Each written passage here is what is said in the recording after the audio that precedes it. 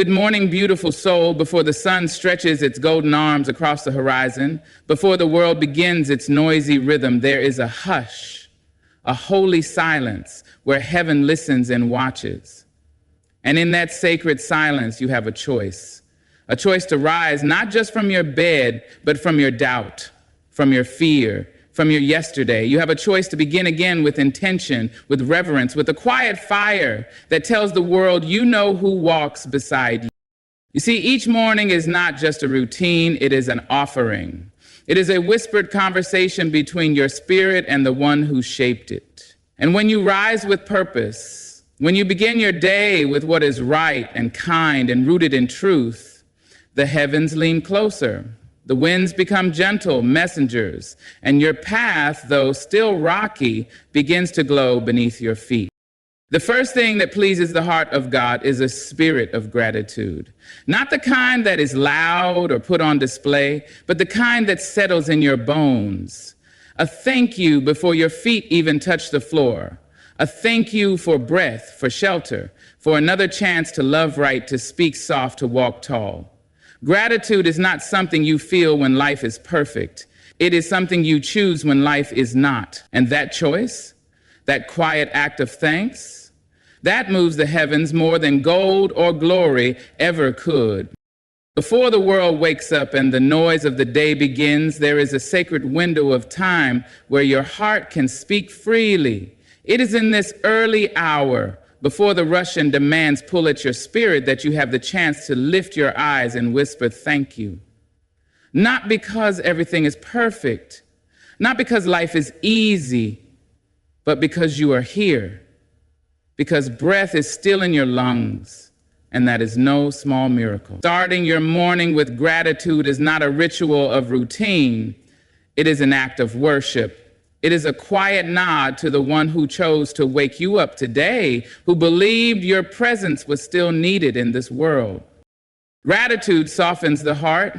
It makes you aware of the gifts that so often go unnoticed, the roof that held back the night, the heart that beat on its own while you slept, the light breaking through the darkness. You begin to see that blessings are not always grand. Sometimes they are simple, quiet, constant. And that awareness pleases God more than any performance ever could. It shows him that you are paying attention, that your heart is not asleep, even if your body just rose. When you begin with thankfulness, you shift your focus. You move from what you lack to what you've been given. You stop measuring your worth by your struggles and start seeing your story through the eyes of mercy. That kind of gratitude builds strength. It prepares you for the trials of the day. It tells your soul, I may not have everything I want, but I have everything I need to begin again. And when you say thank you before asking for anything, you show humility. You show maturity. You show that you trust his timing, even when it feels slow. That you believe his hand is on you even when the path is unclear. Gratitude in the morning isn't about ignoring your pain. It's about refusing to let it be the only voice you hear. It's about looking up even when life tries to keep your head down. It is a brave, beautiful choice, a choice that touches heaven. Because the Creator isn't looking for perfect people. He is looking for aware hearts, for souls who remember to thank him in the little moment. When your first breath of the day is wrapped in appreciation, you are not just waking up, you are waking up rightly. You may not control the events of the day, but you can control the spirit with which you enter it. And when that spirit is grateful, you walk with a power that cannot be shaken by small troubles. You walk as someone who knows that grace is already covering what you cannot yet see. Your gratitude becomes your armor, your prayer, your offering. It becomes the music your soul sings before the world gives you a reason to complain. And that music, that quiet melody of thanks, reaches the heart of God.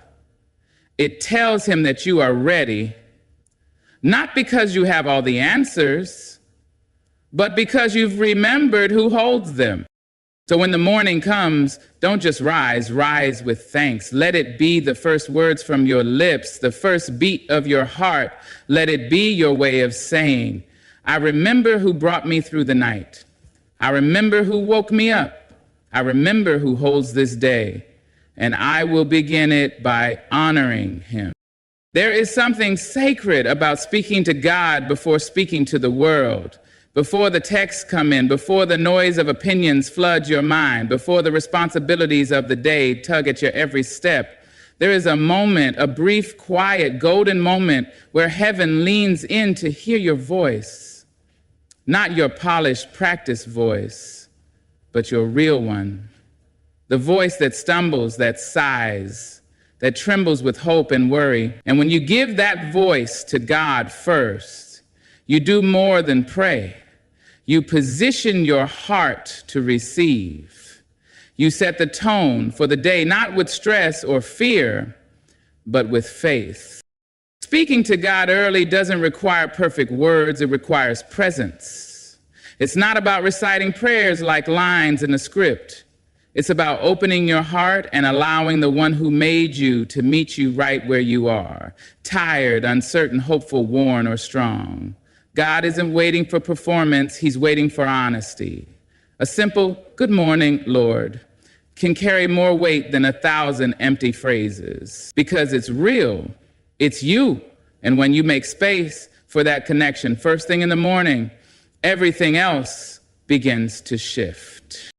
The world will try to tell you who you are. It will try to name you according to your failures, your status, your past. But when you speak to God before letting those voices in, you remind yourself who truly defines you.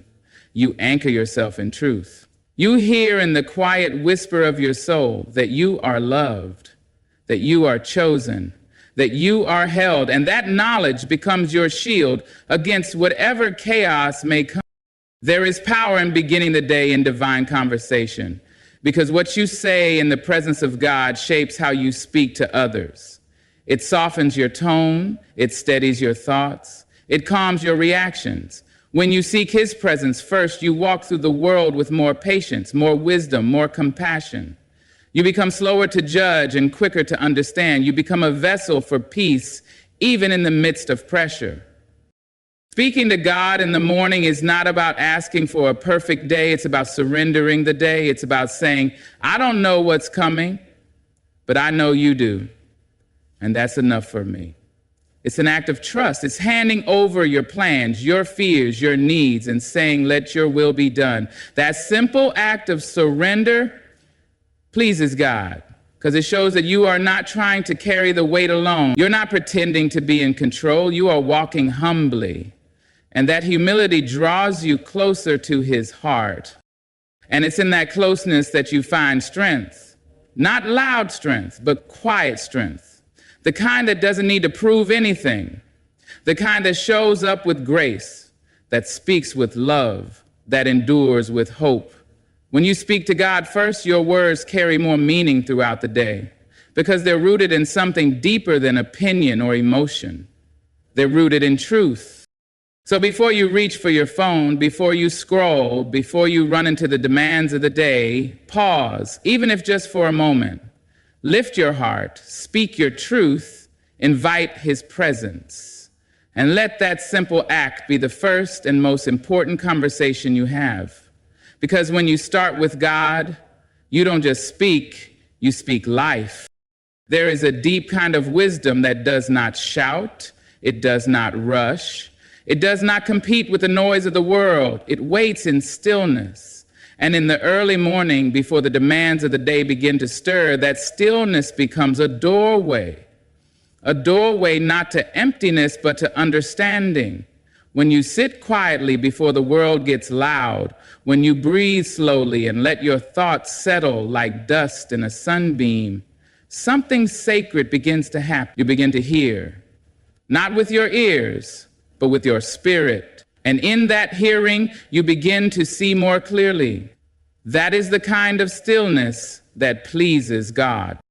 So many people run through the morning with noise already swirling around them. News, alerts, opinions, plans, pressure. They wake up already running, already striving, already trying to keep up. But what if the most powerful thing you could do in the morning was not move, but be still, not react, but reflect, not speak, but listen? That stillness isn't weakness, it's strength in its purest form. It takes discipline to pause. It takes courage to be quiet in a world that rewards noise. Stillness allows you to recognize what matters. It clears the fog. It brings the truth into focus. In that silence, you begin to feel the weight of the day lift, not because your circumstances changed, but because your soul found its footing. You're not being pulled in every direction anymore. You're centered, anchored, and from that place, decisions come with clarity. Emotions lose their power to control you. Reactions are replaced with thoughtful responses. And that pleases God because it shows that you are walking with intention, not impulse. In stillness, you also learn to hear the soft voice of God.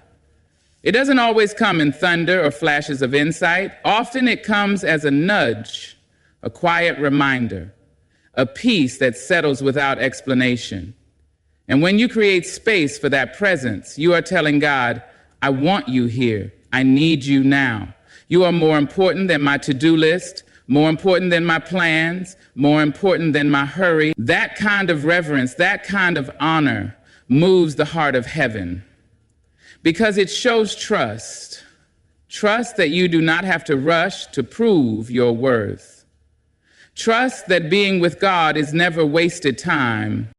Stillness also gives room for gratitude and prayer to deepen. It lets your morning thank you linger longer. It lets your whispered prayers breathe. It turns a hurried routine into a sacred ritual. And in that space, you begin to see life differently. You begin to walk with a calm that cannot be taken, a focus that does not scatter. You begin to look people in the eye, to speak with care, to carry peace into every room you enter. That is what happens when you make stillness a habit. You do not just hear God, you begin to reflect him. So when you wake, don't rush into the noise. Step gently, breathe deeply, sit quietly, let the silence speak. Let the moment fill your spirit before the world tries to drain it. Stillness in the morning is not for the lazy, it is for the wise, it is for the grounded. It is for those who know that sometimes the most powerful thing you can do is simply be present. Listen and let your heart rest in God. Each morning carries with it a silent promise, the chance to choose how you will show up in the world. Long before others see your face or hear your voice, something sacred happens in your heart. You make a decision, a quiet vow, to either live for self or to live with love. And when you begin your day with the intention to do good, not to be seen, not to be praised, but because it is right, you step into a grace that heaven honors. Doing good does not require a stage or a spotlight. It begins in the small things, in the unseen moments, in the ordinary acts that ripple far beyond what you'll ever know. Holding the door with a smile, forgiving when no apology comes, checking in on someone who has gone silent, sharing words that lift instead of tear. These things may seem simple, but they carry eternal weight. Because when you move with kindness, when your first thought is how you can serve instead of how you can gain, God takes notice.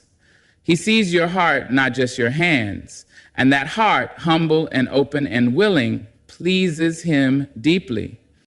It's easy to talk about love. It is harder to live it before the world demands your energy. But when you wake up and ask yourself, how can I be a blessing today? You shift your entire day into alignment with divine purpose. You're not chasing status. You're not waiting to be inspired. You're choosing. You're deciding to be a vessel of good.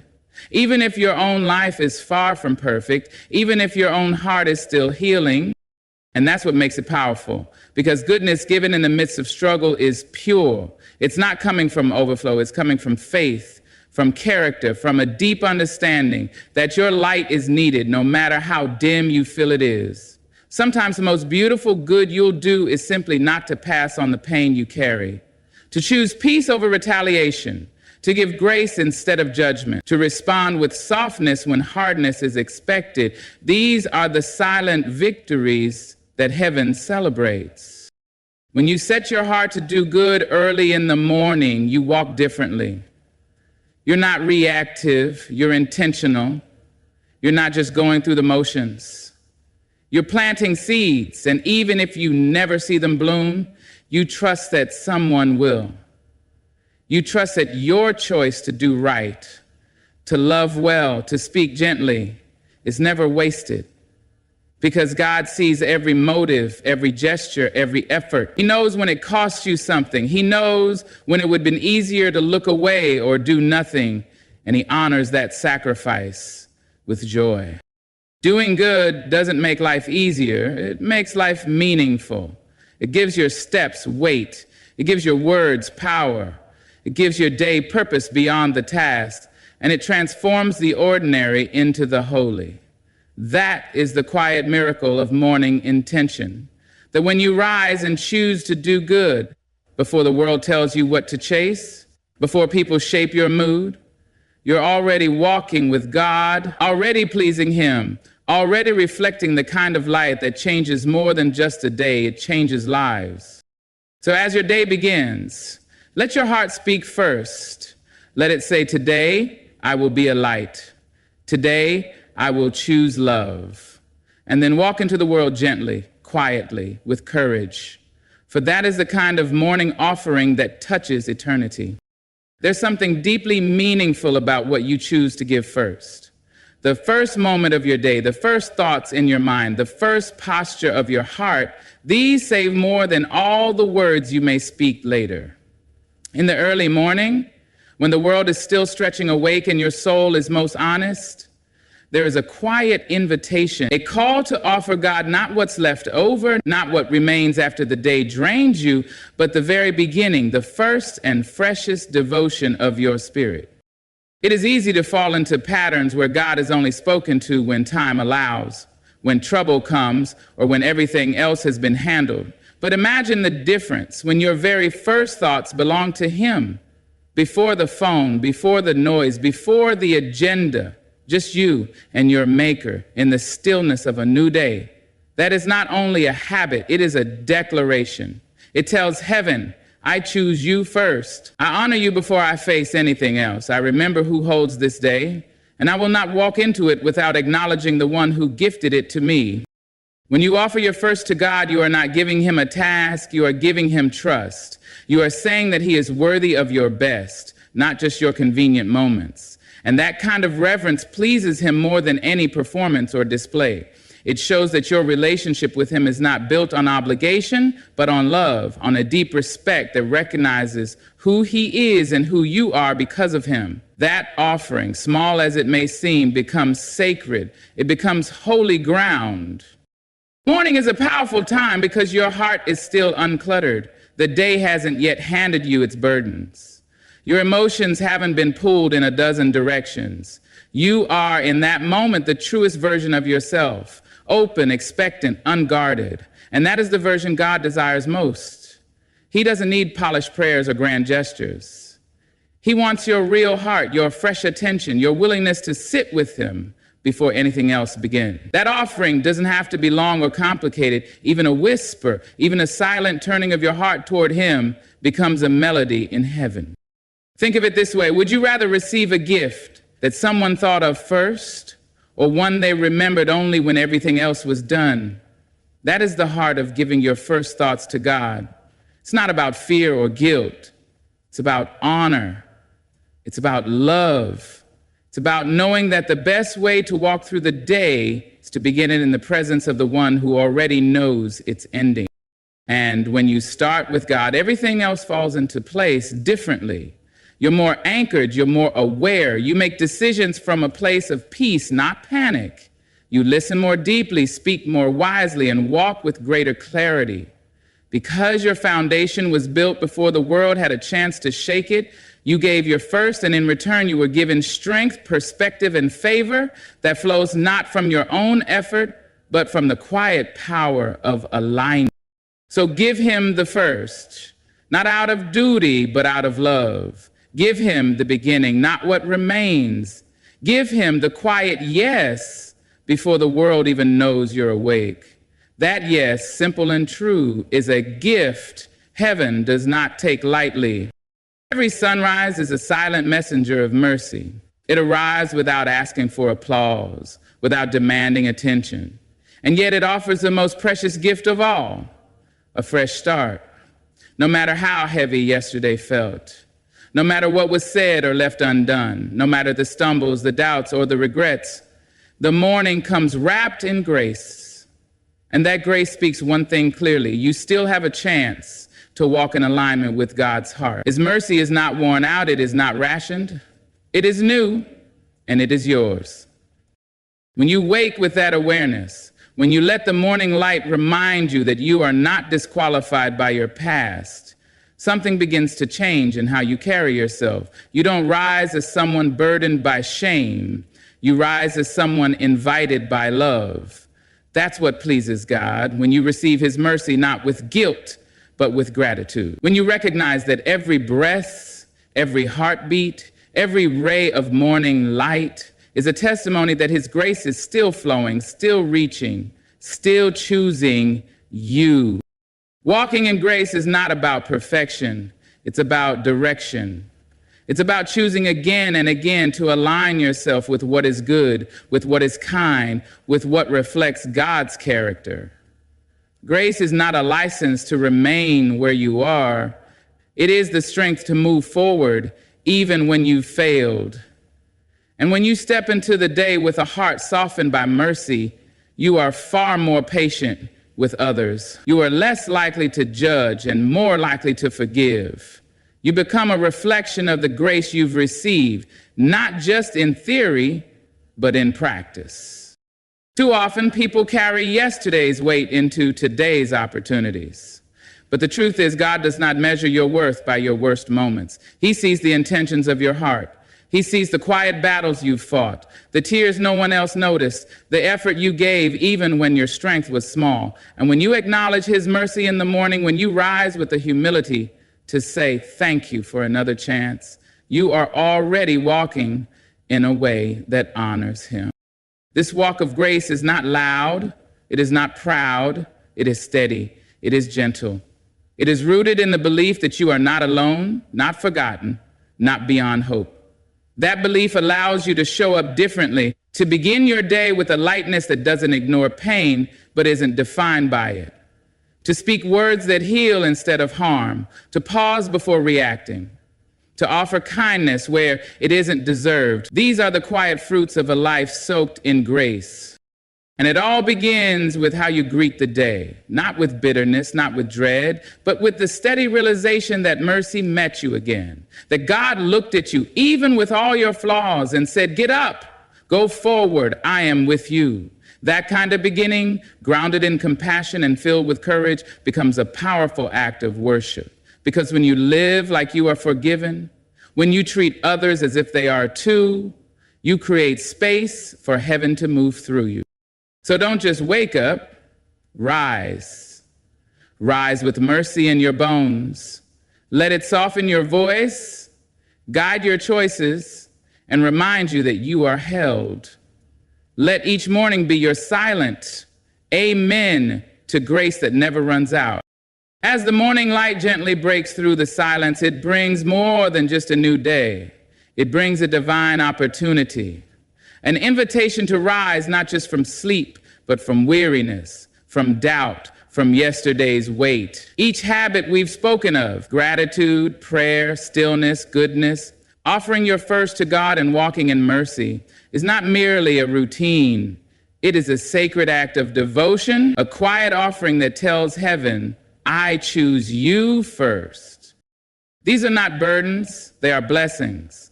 They are how we align our hearts with the one who made us, how we begin each day with reverence, with purpose, with peace.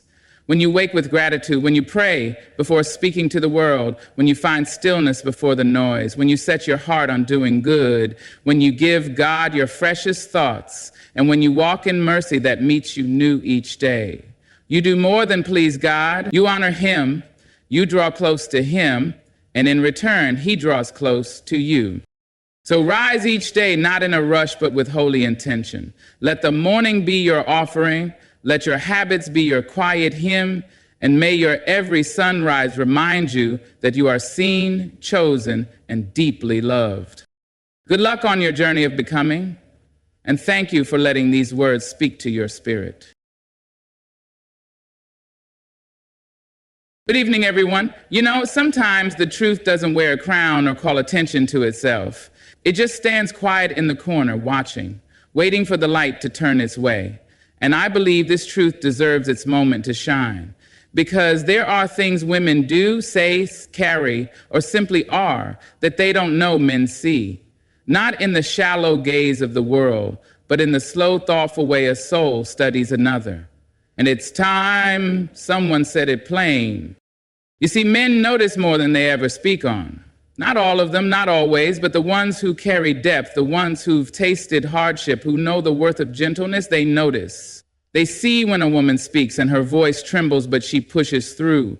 They notice the strength it takes to smile when the day has handed her every reason not to. They see how she brushes her hair back when she's nervous, or how her eyes go quiet when she's lost in thought. A man might not say it then, but it stays with him. They notice her laughter. Oh, not the polished, rehearsed kind that shows up in photos and parties. I mean the one that escapes her when she forgets the world is watching. The kind that bubbles up when she's not trying to impress, not trying to charm, not trying to win, just being. And in that moment, she is art in motion. No makeup in the world can match the radiance of that sound, that joy. That's something a real man won't ever forget. They notice her strength, not just in the loud moments, but in the soft ones too. How she carries herself when no one's clapping. How she holds others together while quietly coming undone. How she gives even when there's barely enough left for herself. That kind of power moves like wind. It isn't always seen, but it's always felt. A man who's paying attention sees that, and it humbles him. It teaches him, it draws him close. There is something powerful about a woman who chooses to rise when the world has given her every reason to fall. A strength that doesn't roar or demand recognition, but lives in the quiet corners of her life. It is that silent resilience, that sacred determination that many women don't even realize men notice, but they do. Not always with words, not always with gestures, but with the kind of attention that lingers long after the moment has passed. It's in the way she carries herself after a long, hard day. No announcement, no sigh for sympathy, just the grace of someone who has learned to keep walking. A man may not say anything as she folds into herself on the couch or steps away to find a breath of peace, but he sees it. He notices how she holds herself upright when inside she's balancing sorrow and strength in equal measure. She doesn't crumble in public, not because she lacks emotion, but because she has learned the value of holding it together when everything tries to pull her apart. That kind of resilience is not loud, but it is profound. A woman may think no one sees the mornings when she gets up after a sleepless night, hair uncombed, eyes tired, but still moving forward, or how she steadies her voice while helping someone else, even when her own heart is breaking. She may believe her struggles are invisible, but a man who truly watches her, not just with his eyes, but with his soul, sees all of it, and he's moved by it. Because that kind of strength is rare, is not forged in ease or comfort. It is born in storms and refined in silence. He notices how she shows up for others again and again. Even when her own cup is empty, she pours. Even when her spirit is weary, she encourages. And while the world might praise the bold or the loud, he sees the beauty in her stillness. And how she continues to carry burdens that are heavier than anyone knows. There's a dignity in her effort, a courage in her consistency. And even when she feels unseen, she is being seen more deeply than she realizes. What she calls just pushing through is, in his eyes, a quiet act of bravery. The way she continues to nurture, to love, to build, to believe, despite disappointments and setbacks, reveals a resilience many take for granted. A resilience she doesn't wear like a medal, but wears like skin. It's part of her. She doesn't need applause, but that doesn't mean she doesn't deserve it. Sometimes he sees her glance away during hard conversations, eyes holding back tears, voice steady, even when her heart is cracking. And in that moment, something in him shifts. Because while the world may overlook a woman's silent battles, he knows that this kind of courage deserves reverence. Not the kind that comes with fanfare, but the kind that comes with deep respect. She is the kind of strong that doesn't boast. And that kind of strong stays with a man long after the words are forgotten. He notices when she finds the strength to forgive without receiving an apology, when she shows grace to someone who wouldn't offer the same, when she puts others before herself, not because she's weak, but because she's chosen love over ego. Those are the quiet decisions that reveal her power. And though she may feel like no one sees how hard she works to keep everything from falling apart, a man with depth sees every unspoken effort. He notices the way she still tries, that after every hurt, she still believes in people, that after every fall, she still gets back up, that after every heartbreak, she still chooses softness. That, to him, is a miracle.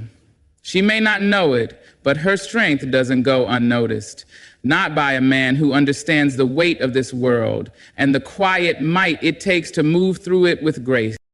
In a world that often celebrates the loud, he cherishes her silence. In a time where performance is praised, he treasures her authenticity. And in a society that rushes past the details, he pays attention to hers. So even if she never hears it said aloud, even if no one claps when she stands again, she should know her quiet resilience is seen and it matters. There's a kind of magic in the way a woman laughs when she's not trying.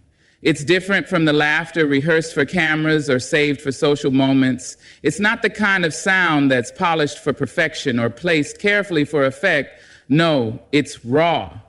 It escapes her in bursts, sometimes sudden, sometimes slow, but always true. And more often than not, she doesn't even realize how unforgettable it is. But a man who is truly watching, he notices, he hears it, feels it, and remembers it long after the world has gone quiet. You see, that kind of laughter doesn't ask for permission. It just arrives.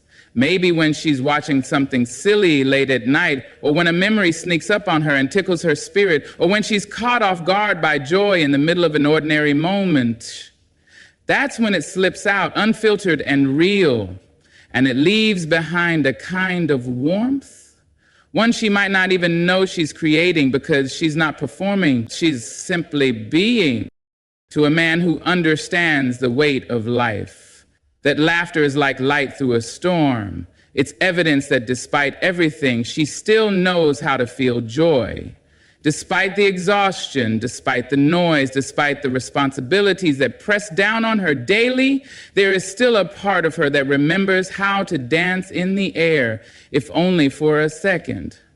That's not something shallow, that's something sacred. And he sees it for what it is. He notices how it comes from a place deep inside her.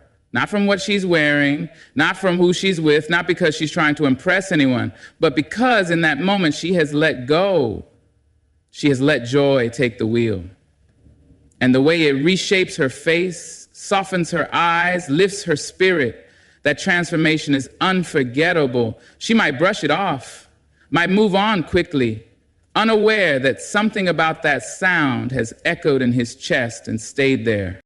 There is something disarming about a woman who can laugh like that. It tells a man that her beauty isn't just surface, it lives in her soul. It says that she has known pain, but hasn't let it steal all her joy. That she has cried, yes, but still has space to laugh. That she has been through enough to make her cautious, but has chosen again and again to stay open. That kind of openness isn't easy. It's earned, and it's precious.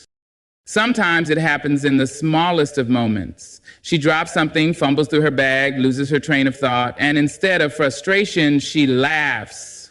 Maybe at herself, maybe at life, maybe at nothing in particular. And in that laughter, she shows her light. A man might be sitting across from her silent, but inside something shifts. Because what she sees as a passing moment, he sees as a glimpse into something deeper. Her spirit, her softness, her strength. In a world that often teaches women to perfect everything, to present a version of themselves that's polished and pleasing. Her genuine laughter is an act of rebellion. It says, "This is who I am, unfiltered, alive, and still capable of joy." That's powerful. And that's what he remembers, not the makeup, not the dress, but that sound, that moment when she allowed herself to feel something real and let it show. He may not tell her, he may not know how to say it, but he stores it, tucks it away like a keepsake, because that kind of joy is rare and it matters, especially when it's wrapped in a woman who doesn't even know how radiant she becomes when she lets herself simply be. She might think it's nothing, just a laugh, but to him, it's everything. It's life in motion, beauty without trying, light that doesn't ask to shine, it just does. So while she may go about her day unaware, moving through routines, sharing smiles and laughing when life lets her, she should know he notices. He always notices. There's a quiet truth many women live by, though they rarely speak of it. They give.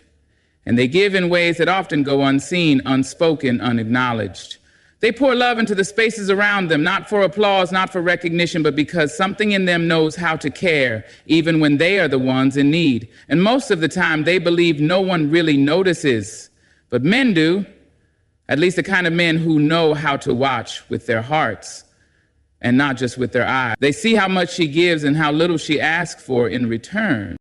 A man notices the way a woman sacrifices pieces of herself in the name of love, not in loud declarations, but in the small, steady choices she makes every day.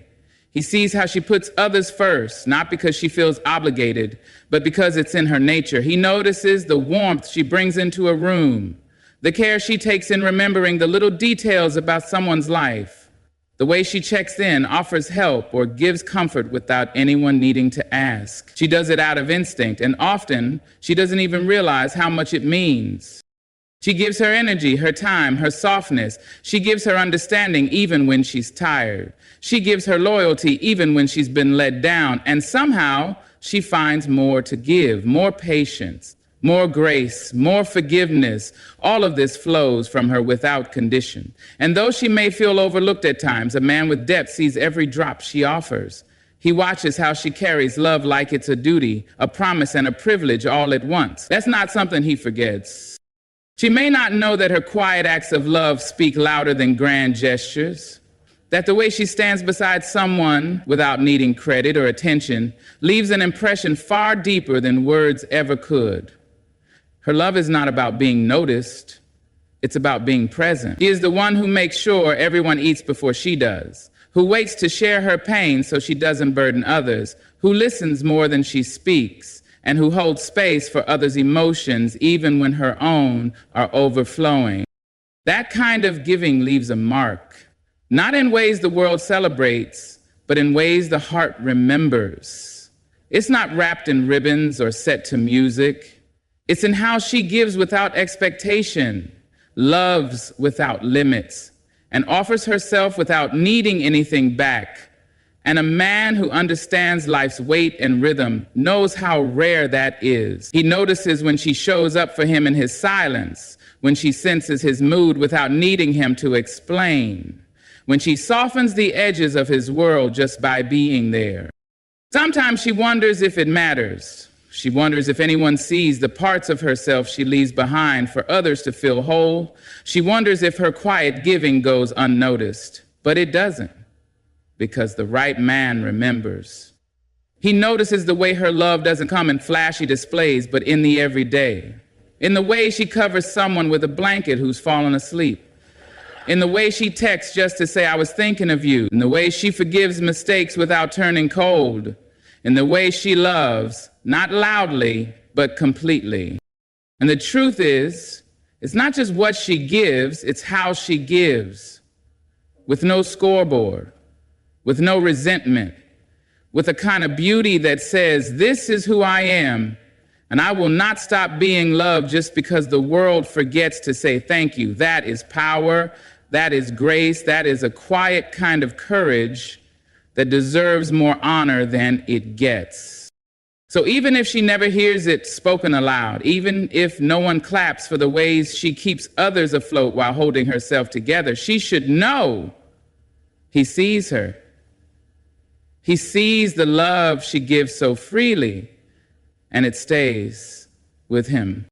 There's something remarkably beautiful about the way a woman gives attention to the things no one else notices. It's in her nature to care for the little moments, the forgotten corners, the small gestures that make a place feel like home or a person feel remembered.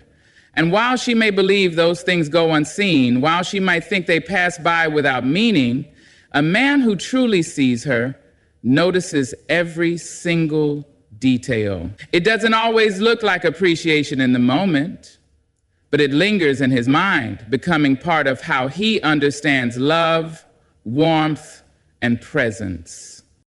He notices when she straightens the picture frame on the wall because it was just slightly off. Not because it bothers her, but because it reflects something inside her, a need for balance, a love for harmony.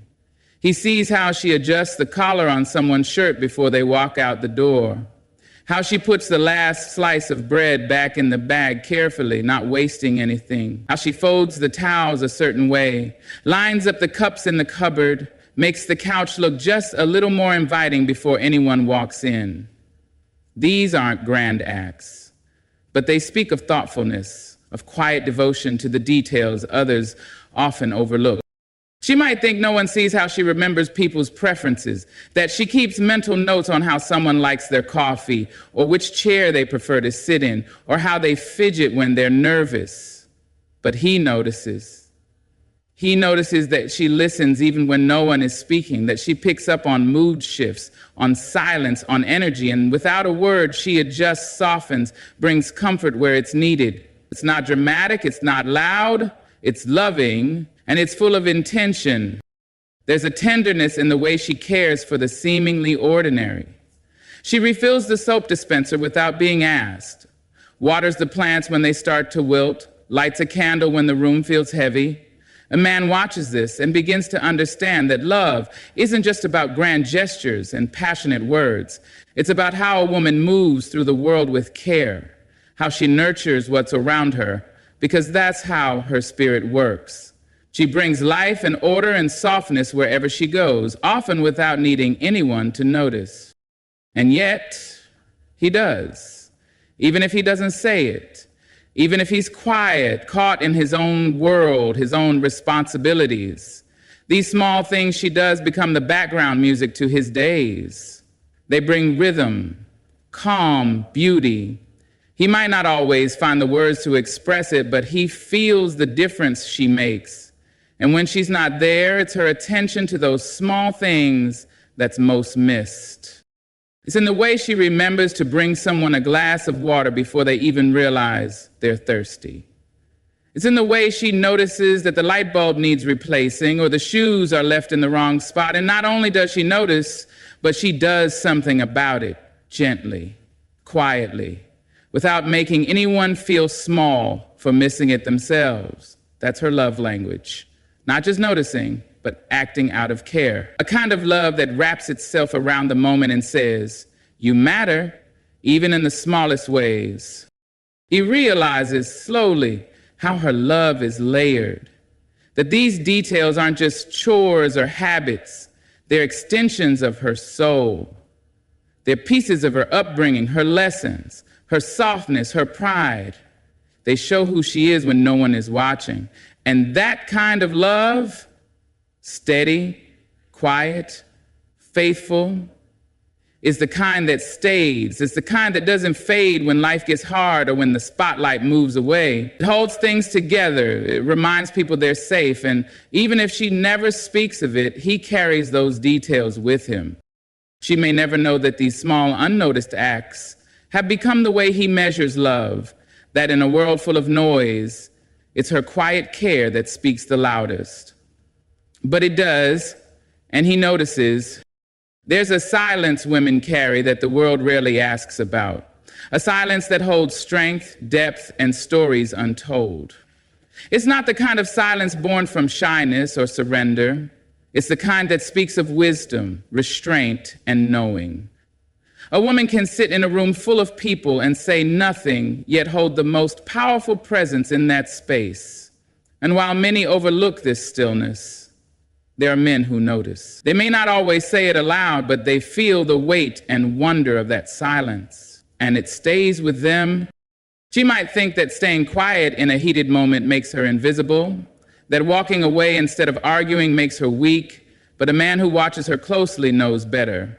He sees the choice in her silence. He understands that it takes more strength to hold your words than to throw them out carelessly.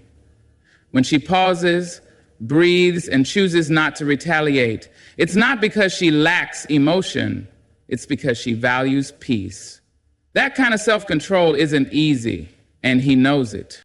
He notices the way her silence often speaks louder than her words, the way her eyes soften when she's hurt, but chooses not to lash out, the way she lowers her gaze when disappointment strikes, not because she's ashamed, but because she's processing it all inside. That silence is full of dignity. It tells a story of someone who has been through enough to know that not everything deserves a reaction. She understands the difference between power and pride, and that understanding becomes her strength. There are moments when she is silent, not because she has nothing to say, but because she's protecting her heart or someone else's. He sees it when she holds back tears to keep the room calm. He sees it when she bites her tongue to keep from making someone feel small. That kind of strength doesn't get celebrated enough. It doesn't get spotlighted in loud places. But to a man who knows what real beauty is, that restraint is radiant. It shows a depth of character that cannot be faked. Sometimes she's silent because she's carrying too much. She's exhausted, worn thin by the weight of caring for everyone else. And instead of complaining or asking for help, she chooses to keep going. She chooses to stay strong. That's the kind of strength that builds homes, raises children, holds families together. It's not about being stoic. It's about being steady. And he sees it in her posture, in the way she sighs softly before picking herself up again, in the way she smiles so others don't worry. That is the silence of love, the silence of sacrifice, the silence of a woman who refuses to let the world shake her spirit. And there are times when her silence is thoughtful. She listens, she absorbs, she chooses to understand before she responds. In a world obsessed with speaking, posting, reacting, her ability to be still is a rare kind of grace. He notices the way she doesn't rush to fill the air. She waits, she considers, and when she finally speaks, her words carry weight because they come from still waters. That stillness is not weakness. It is a reflection of her wisdom. She may not know how much this quiet power of hers is admired. She may feel unseen in those moments when she chooses calm over chaos, when she keeps her emotions wrapped tight so the ones she loves can breathe easier. But the truth is, her silence tells the story of a woman who has learned that not everything needs to be said to be understood. She doesn't need to raise her voice to be heard. She doesn't need to shout to be strong. Her silence holds power, and that power does not go unnoticed. So even when the world is too loud to hear her stillness, even when her silence is mistaken for indifference, even when no one applauds her restraint, a man with eyes to see and a heart to feel will know her silence is a form of strength, and he respects it deeply. In a world full of noise, quick replies, and constant distractions, it is rare to find someone who truly listens. Not the kind of listening where one simply waits for their turn to speak, but the kind that makes space for someone else's truth to exist fully. A woman who listens like this may not realize the quiet impact she has, but a man notices. Maybe not with grand declarations or poetic confessions, but he feels it deep and without confusion. Because being truly heard is a kind of love most people don't even know how much they need until they experience it. He notices when she listens not just with her ears, but with her whole being. When she puts down her phone, softens her eyes, and lets him speak without interruption. He notices when she gives his words the weight they deserve, when she doesn't rush to fix, judge, or interpret. She just listens. And in that silence, he feels safe, understood, respected, not because she agreed with everything he said, but because she allowed him the space to say it. That kind of listening is not common. It doesn't come from politeness or obligation. It comes from empathy, from a heart that knows how to slow down and care, even in the middle of her own storm. He sees it in the way she leans in slightly, the way her eyes trace his face while he speaks, the way she remembers the small things he thought no one would catch.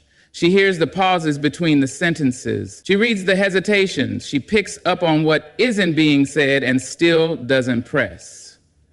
She just holds space. And that is a rare kind of grace. Sometimes she listens in silence while he struggles to find his words. Sometimes she nods slowly, allowing him to continue, even when his thoughts are tangled. Other times she says nothing at all, just reaches out a hand or lets him sit in her quiet presence, and in that he feels seen. Because what she gives is not an answer, it's not a solution, it's something more lasting, acceptance. It says, you can bring all of yourself here. You're not too much. You're not too little, just speak. I'm here. She may think this is just who she is, that it's natural, that it's nothing special. But to him, it's everything, especially in a world where so many conversations are transactional and surface deep. Her ability to be present, to actually care, is a form of emotional generosity that changes people. It's not just her words that matter, it's her willingness to hold space without needing attention in return. That's something he doesn't forget. There are also times when her listening becomes a mirror, when he's unsure of himself and her quiet presence reflects him back in a way that reminds him of who he really is. She doesn't try to reshape him, doesn't try to tell him who he should be. She simply listens, and through that, she reminds him that he's allowed to feel, to fall, to question, and that he's still worthy. That kind of acceptance, the kind that comes without judgment or conditions, is more healing than most people will ever understand. He notices when she listens without trying to change the outcome, when she listens not because she's preparing a response, but because she truly cares. That kind of attention, that patience is rare. It's not taught in schools or shouted on stages. It's grown through lived experience, through compassion, through a quiet understanding of how hard life can be sometimes. And when he's around her, he knows he doesn't have to earn her presence. He already has it. That realization brings peace. She may never be told just how much her listening matters. The world is often too loud to recognize soft things. But a man who has been misunderstood, rushed, or unheard for too long knows the weight of what she gives. He knows that her stillness is not empty. It's full of love, full of care, full of understanding. And for him, that is more valuable than anything he could ask for. So while she may think she's doing nothing special, simply listening, she should know he notices, he feels it, and it stays with him.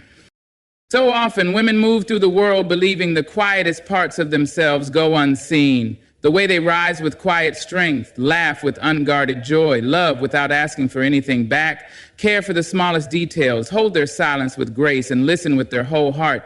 They think these things are ordinary, but they are not. They are profound. They are the pieces that shape lives, soften hearts, and teach others what love truly looks like. And yes, men notice, maybe not always with words, but with memory, with gratitude, with the kind of respect that doesn't fade. To every woman who thinks her light is too quiet to be noticed, know this: it is being seen, it is being felt, and it matters more than you know. Thank you for listening. Thank you for being, and most of all, thank you for loving the way only you can. Good luck on your journey forward, and may you never forget the quiet power you carry within you.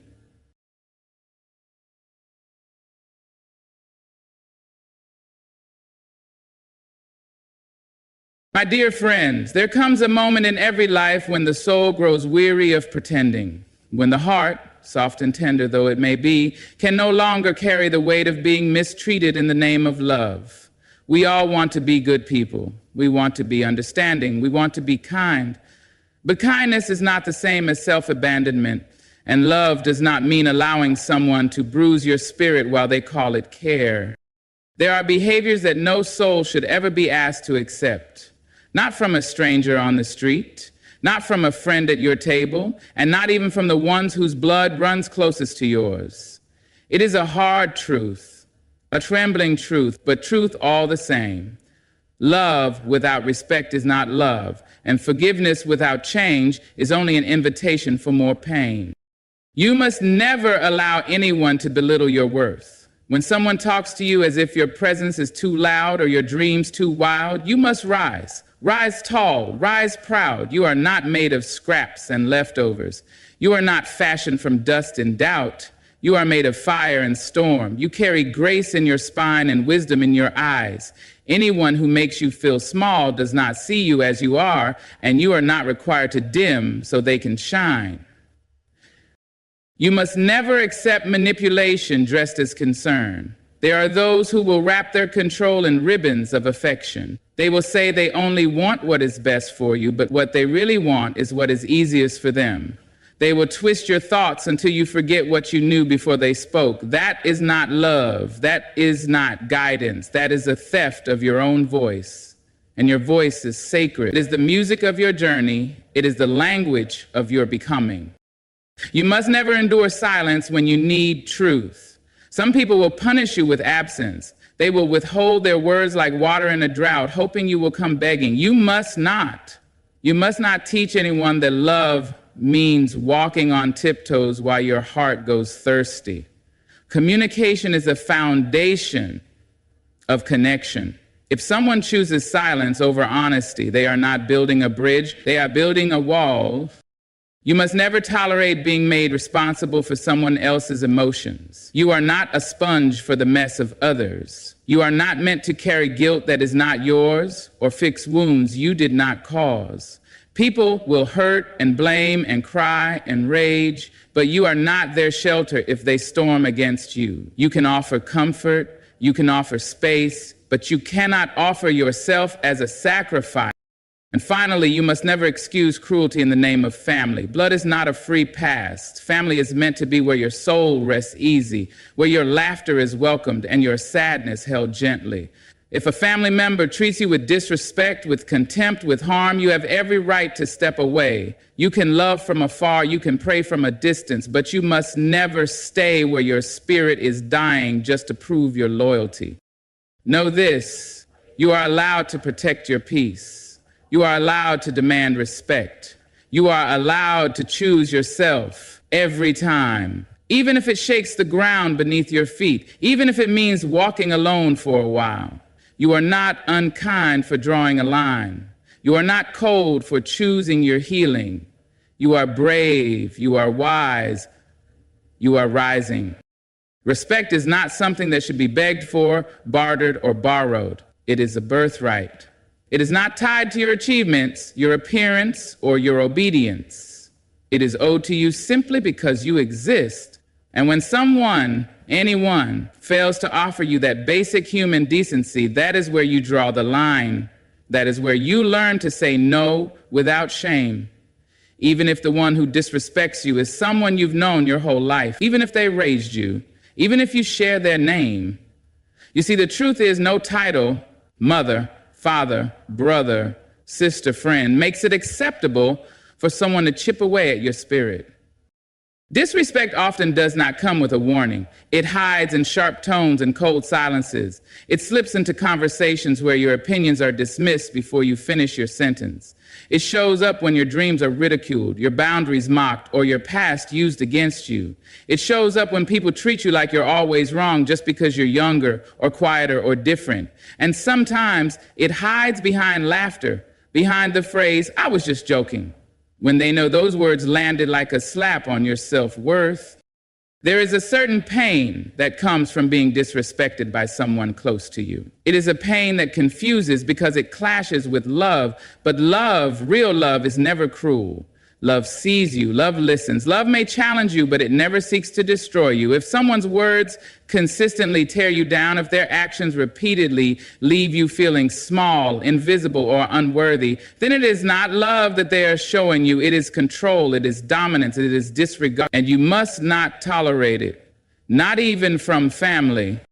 There is this idea that family gets a pass, that because they're blood, they're allowed more room to mess up, more chances to hurt you, more leeway to speak however they want.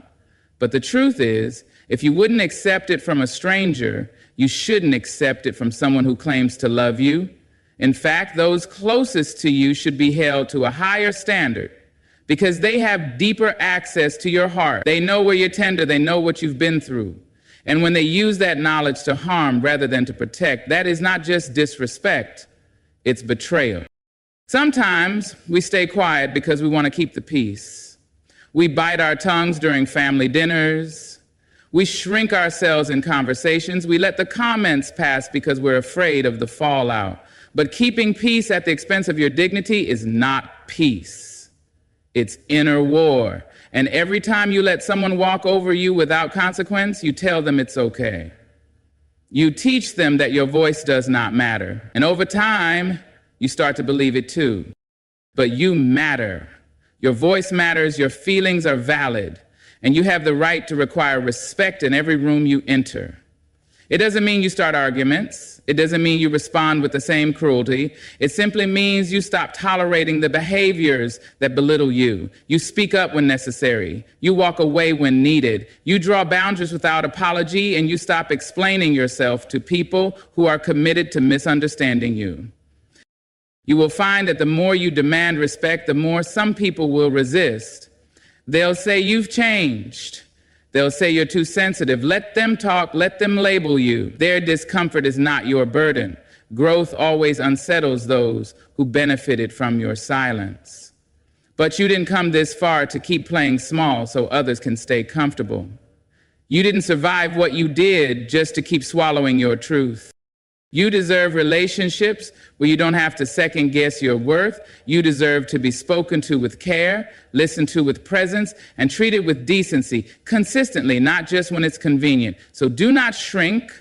Do not tolerate a voice that cuts you, even if it once rocked you to sleep. You are allowed to expect more. You are allowed to walk away. And you are allowed to grow in the direction of peace, even if that peace means loving certain people from afar.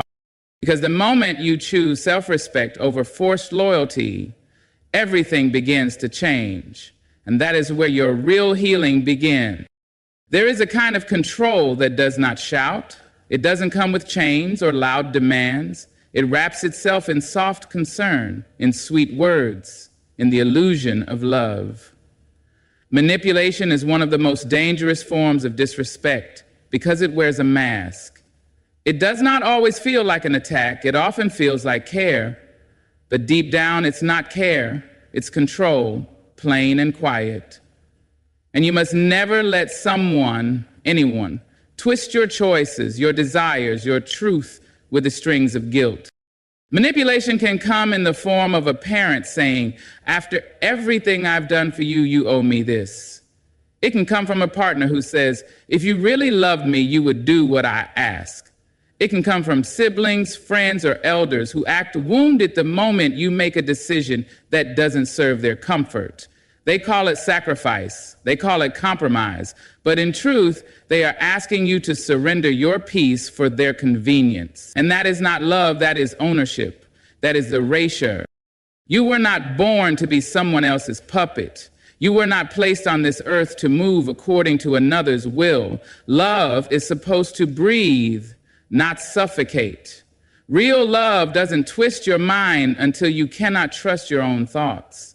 Real love doesn't keep score of every favor, every gift, every act of kindness as leverage for control. If someone gives to you only to bind you in return, that is not generosity. That is a transaction wearing a mask. What makes manipulation so dangerous is that it makes you doubt yourself. It makes you second guess your gut. You start to wonder if you're being selfish, if you're being ungrateful, if maybe, just maybe, they're right and you are the problem. That is what manipulators want. They want you confused. They want you tangled in your own conscience, so you stay quiet, stay small, stay under their thumb. But your spirit was not built to be trapped. You have the right to make choices without being punished by guilt. People who truly love you will not use guilt as a weapon. They will ask. They will respect your no. They will not sulk or withdraw affection when they don't get their way. Manipulation hides in silence too, those moments when someone gives you the cold shoulder until you fold. When they withdraw emotionally to make you beg for their warmth again. That is not maturity. That is not communication. That is emotional blackmail. And you must recognize it. You must learn the difference between love and control, between support and pressure, between concern and coercion. Sometimes the ones who manipulate you will say they are doing it because they care, but care without respect is just control in disguise. You do not owe anyone your obedience. You owe yourself your freedom. It becomes especially hard when the manipulation comes from family. We're taught to obey, to please, to keep the elders happy. And yes, respect matters, but respect is not slavery. You can love someone and still say no. You can honor their role in your life without allowing them to shape your choices like clay. You were given a mind, a voice, a spirit, and they are yours to use. Anyone who tries to dim that light for their comfort is not looking out for you, they are looking out for themselves. You must be brave enough to recognize manipulation, even when it wears a familiar face. You must learn to trust your own sense of truth, even when others try to rewrite it. You must believe that your life is yours to lead, that your dreams are not selfish, that your boundaries are not cruelty, that you have the right to walk a path different from the one they've imagined for you. Sometimes when you begin to set those boundaries, manipulators will push harder. They will cry, they will rage, they will call you cold. But that's not your burden to carry. That's their discomfort with not being able to control you anymore. Let them feel it. Let them sit with it. You are not responsible for managing other people's reactions to your truth. Freedom begins when you stop allowing guilt to drive your decisions. Peace begins when you no longer shrink yourself to keep others comfortable. Love begins when you choose to live honestly, fully, and with dignity. And that is a life worth protecting. There is a kind of silence that doesn't feel peaceful. It feels cold. It feels sharp. It cuts in places words could never reach. And when someone chooses to punish you with silence, when they withhold their presence or their honesty, not because they are healing or reflecting, but because they want to control you, that is not maturity, that is not love. That is power dressed in quiet. And you must never accept silence as a substitute for truth. There are moments when silence is sacred, when it comforts, when it heals, when it gives space to listen. But there is another kind of silence, one that comes with slammed doors and turned backs, with days of unanswered messages and heavy air in the same room. That kind of silence is not neutral. It speaks, and what it says is this: I will hurt you without saying a word. I will make you chase me. I will make you beg just so I can feel strong again.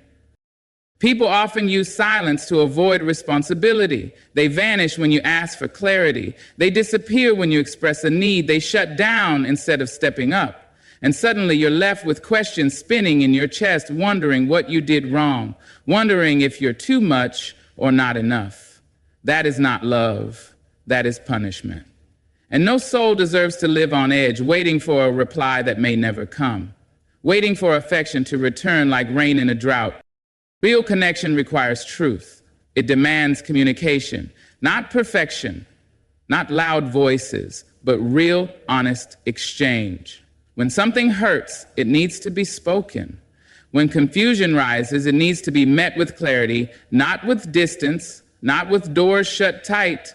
The moment someone begins to use silence as a weapon, as a way to hold power over your peace, that is when you must recognize it for what it is: emotional manipulation. The silence we're speaking about doesn't always show up as a complete absence. Sometimes they're there, in the same space, but emotionally withdrawn. You can feel the disconnect. You can feel the chill in their tone. the way they no longer meet your eyes, the way every word you say falls into a void. And still, you try to reach them. You try to fix it. You try to explain yourself one more time, hoping they'll come back to warmth. But you are not responsible for dragging someone out of the shell they choose to hide in to avoid accountability. This kind of silence often comes from people who say they love you. It could be family. It could be someone you've known since childhood. And that makes it harder to call out, because when they finally speak again, they may pretend nothing ever happened, or they may twist it around to blame you for their silence. You end up apologizing for feeling abandoned.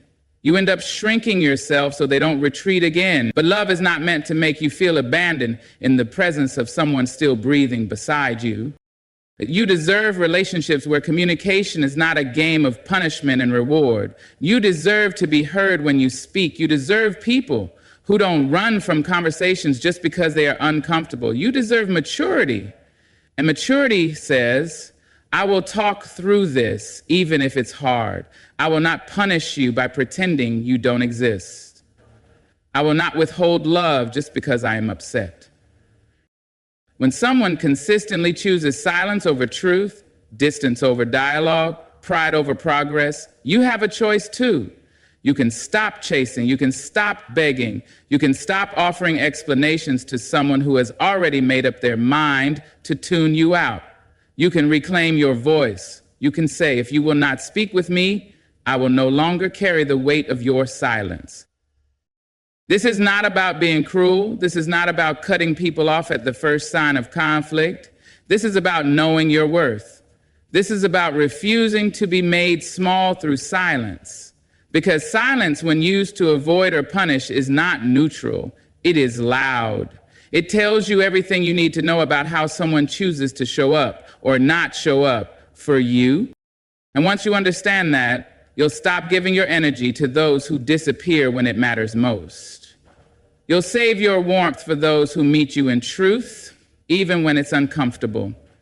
Because you deserve truth over tension, presence over punishment, and peace over confusion. There are few things more damaging than becoming someone's emotional punching bag. When someone makes you their outlet for all the frustration they don't know how to carry, when they choose you to absorb the heat of their tempers, the sting of their stress, the weight of their bitterness, that is not love. That is not normal, and it should never be tolerated. You are not a dumping ground for misplaced anger, not for anyone, not even those you love most. Some people walk around with their hurt unspoken, their emotions tangled, their past unresolved, and instead of dealing with it, instead of healing it, they spill it on others. They lash out, they slam doors, they raise voices, they throw words like daggers, and then act like nothing happened. Or worse, they tell you it's your fault they exploded. They claim if you hadn't said what you said, if you hadn't looked at them that way, if you just done what they wanted, they wouldn't have reacted like that. But that is not accountability. That is shifting blame. That is abuse in disguise. It starts subtly. Maybe they raise their voice during an argument and then laugh it off. Maybe they blame a bad day at work for snapping at you. You forgive it, thinking it's just one moment. But slowly it becomes a pattern. They stop controlling themselves because they expect you to carry the emotional weight. You become the one who has to calm things down, who has to avoid saying the wrong thing, who walks on eggshells just to keep the peace. And you start to wonder if it's your fault. You start to believe maybe you are the problem. But hear this truth clearly. You are not the problem. You are not responsible for how others choose to handle their emotions. Their anger is not your burden to carry. Their pain is not your fault to fix. You can care about someone deeply and still not allow them to hurt you. You can love them and still refuse to be their outlet for pain they refuse to heal. There is a way to express hurt without causing harm. There is a way to be angry without being cruel. People who respect you will learn to pause, to breathe, to think before they speak. People who love you will not make you pay for every storm they've weathered. And if someone refuses to take that responsibility, if they expect you to absorb the fallout every time they erupt, then they are not loving you, they are using you. When this behavior comes from family, it gets even more difficult to confront. We're told to be patient, to be quiet, to be understanding of their stress, their age, their pressure. But no one is too old or too close to be held accountable for the way they treat others. If someone constantly unloads their rage onto you just because you're available, just because they know you won't leave, that is not a bond, it is emotional captivity. You must learn to draw the line where their pain ends and your peace begins. You must decide that your emotional safety is just as sacred as anyone else's. You are allowed to say, I will not be spoken to this way. You are allowed to walk away from conversations that turn violent in tone. You are allowed to protect your spirit from people who confuse presence with permission. Do not let your softness be mistaken for a place to throw anger. Do not let your patience become an excuse for someone else's recklessness. There is nothing noble about allowing someone to mistreat you just because you understand their pain. Compassion does not mean accepting cruelty. Empathy does not require endurance of emotional damage. You deserve calm. You deserve conversations that don't leave you shaking. You deserve relationships that don't feel like recovery. When people make a habit of pouring their rage into you, you must stop carrying it. Let them learn how to hold it for themselves. Let them grow. Let them heal. But do not let them heal at your expense. Because peace is not just something you create for others, it's something you must claim for yourself. There's a painful truth that many carry silently, that some of the deepest wounds don't come from strangers, but from those who sit across from us at the dinner table. Those whose voices we grew up listening to, those who share our blood, and yet time and time again we are told to excuse the pain, to look away, to forgive without change. Because it's family. Because it's what we're supposed to do. But love that continually harms you without reflection or responsibility is not love. It's a cycle. And cycles that break you must never be left unchallenged, no matter where they come from. You are not obligated to accept cruelty just because it comes wrapped in tradition. You are not bound to suffer because someone shares your last name. People often say, but that's just how they are, or they don't mean it, or you know they love you deep down, but love is not supposed to be buried so deep that you have to dig through disrespect to find it. Real love does not leave you bleeding just so it can stay comfortable. Sometimes cruelty comes in the form of sharp words spoken over and over until they carve themselves into your identity. They tell you what you can't be, what you'll never become, what you're always doing wrong. And because it's family, you carry it longer, you believe it more deeply, you take it personally, you absorb it like gospel. But let me tell you, no one, no matter who they are, has the right to poison your sense of self and call it discipline or concern. Cruelty doesn't always scream. Sometimes it whispers behind your back. It shows up in comparisons that make you feel small, in favoritism that divides love like rations. It's the mocking of your dreams, the dismissal of your voice, the subtle message that your worth is conditional. And when you finally speak up, they call you sensitive, dramatic, disrespectful. Because how dare you demand gentleness in a place where harshness has been normalized for years? But just because something has been done for generations does not mean it should continue. You are not here to inherit wounds and pass them forward. You are here to recognize where the pain begins and decide with strength and clarity that it will not continue with you. The moment you excuse cruelty in the name of family, you teach yourself that love must hurt. And that belief will bleed into every relationship you form outside the home. It will shape what you tolerate, what you chase, what you cling to, even when it harms you. You deserve to be treated with dignity, not just by strangers who don't know you, but by those who claim to love you most. Love without accountability becomes dangerous.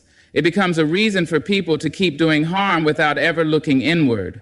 When you stop challenging the behavior, you stop giving them a reason to change. But you don't have to stay silent just to keep the peace.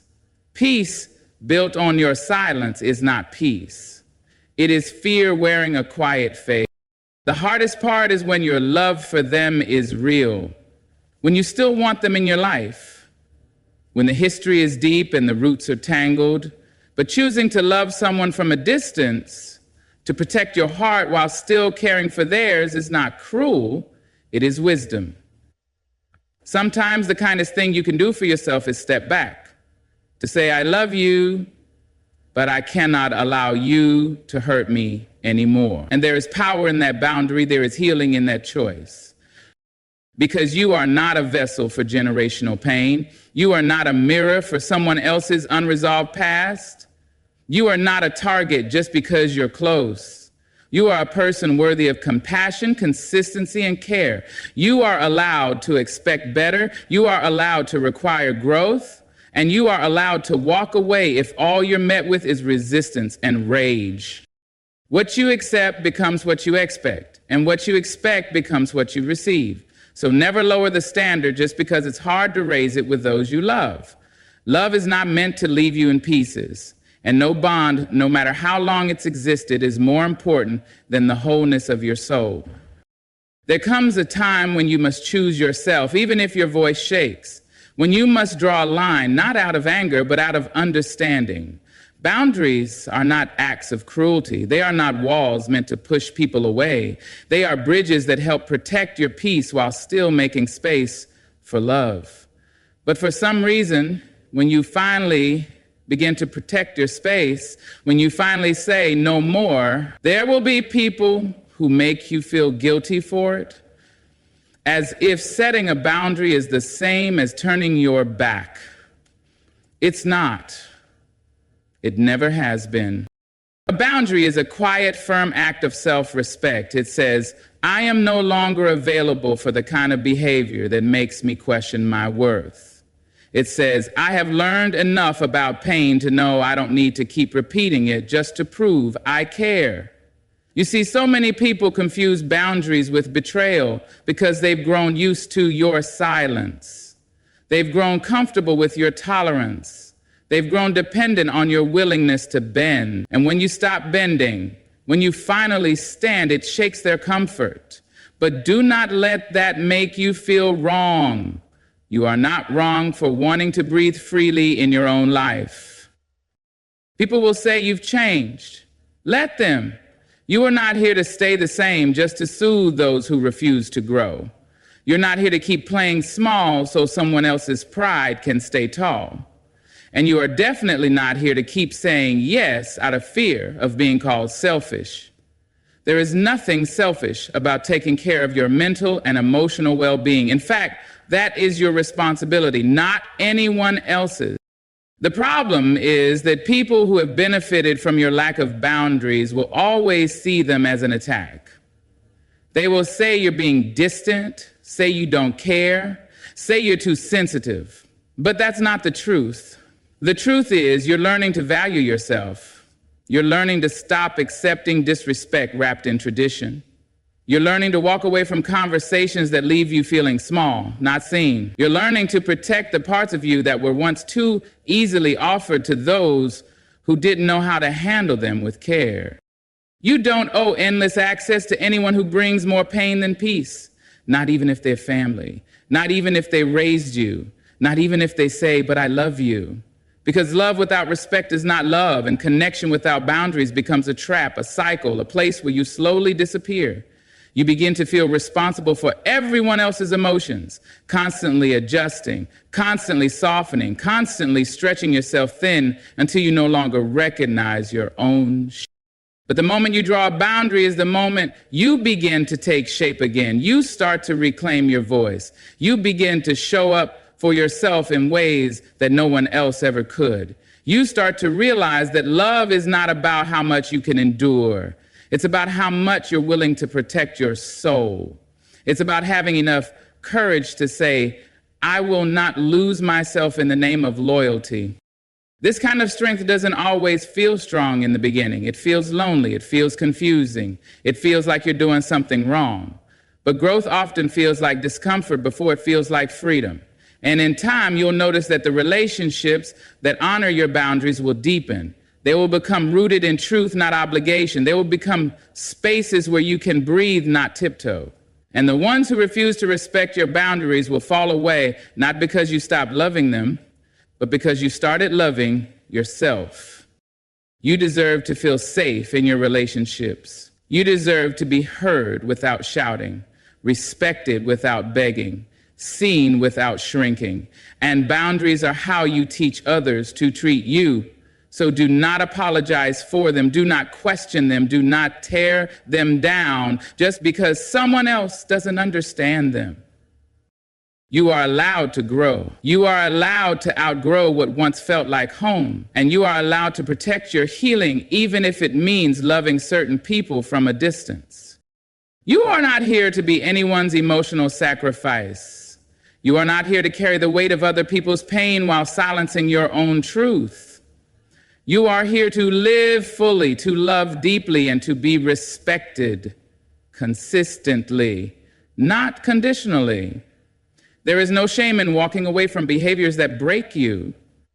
There is no guilt in choosing peace over patterns that suffocate your spirit. Whether it comes from a stranger or someone tied to you by blood, pain is still pain, and you are allowed to say, "This is not for me." Setting boundaries does not make you cold. Refusing manipulation does not make you unkind. Demanding respect does not make you difficult.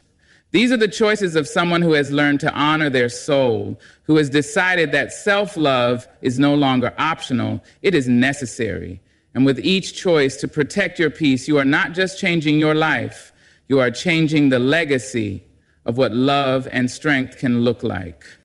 So walk forward with your head held high. Trust that you are not being too much. You are simply being true. May you always have the courage to speak, the strength to stand, and the wisdom to choose yourself without apology. Good luck on your journey, and thank you for allowing these words to walk beside you.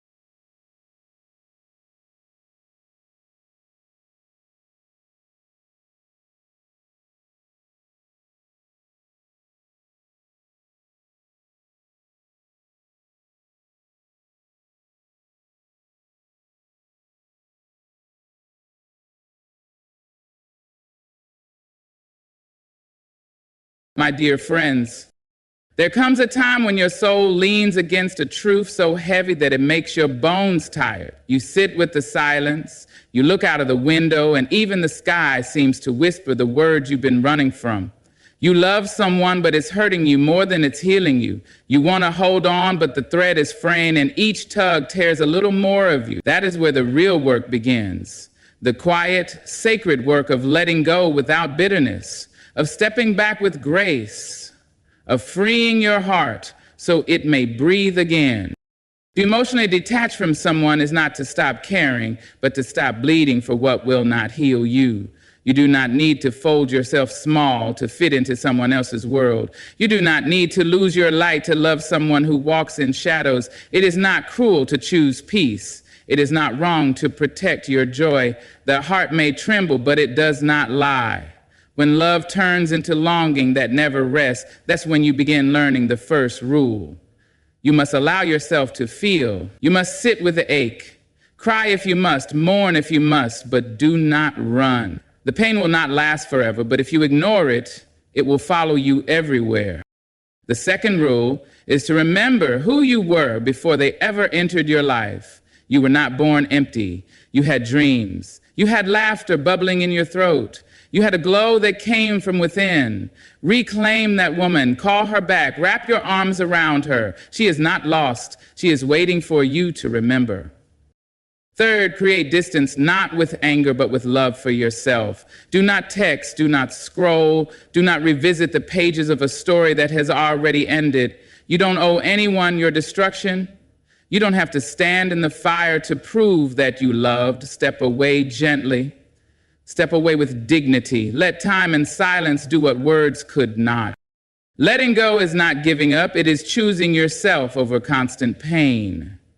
That's a truth we often resist, especially when our heart is still holding on to the echo of love. We cling to memories like they're lifelines. We replay conversations as if we could change the endings, and we carry the hope that one day they'll come back different, softer, better. But there comes a moment when you must stand in front of the mirror and ask yourself, how much more of you are you willing to lose for someone who does not choose you fully?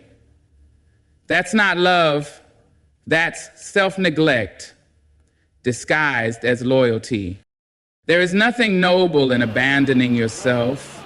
Love should not feel like a battlefield every day. You should not have to beg to be seen, to be heard, to matter. The ones meant to stay will never make you feel invisible.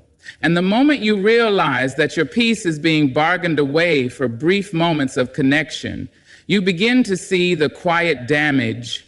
You begin to notice how much strength it takes just to smile, how often you silence your voice just to avoid conflict, how your joy has been shrinking to make room for their comfort. That's when choosing yourself becomes not an option, but a necessity. We are not meant to stay in places that hurt us simply because we once felt love there. Emotional detachment is not a cold-hearted act. It is an act of courage. It means you recognize your worth. It means you refuse to be a prisoner to a love that only exists in memory or imagination. When someone continuously causes pain, when their presence feels like walking on glass, you must remember that loving yourself is not selfish. It is survival. Choosing yourself does not mean you stop caring. It means you stop sacrificing your well-being for someone who cannot meet you where you are. It means you begin to nurture the parts of you that have been neglected for too long. You start showing up for your own healing, for your dreams, for the peace that has been waiting patiently behind the noise. And yes, it may hurt in the beginning. Detaching feels like a quiet grief, but there's beauty in that too, because every tear shed is a step toward freedom. Every quiet night is a moment of strength. And slowly, day by day, you will rise again.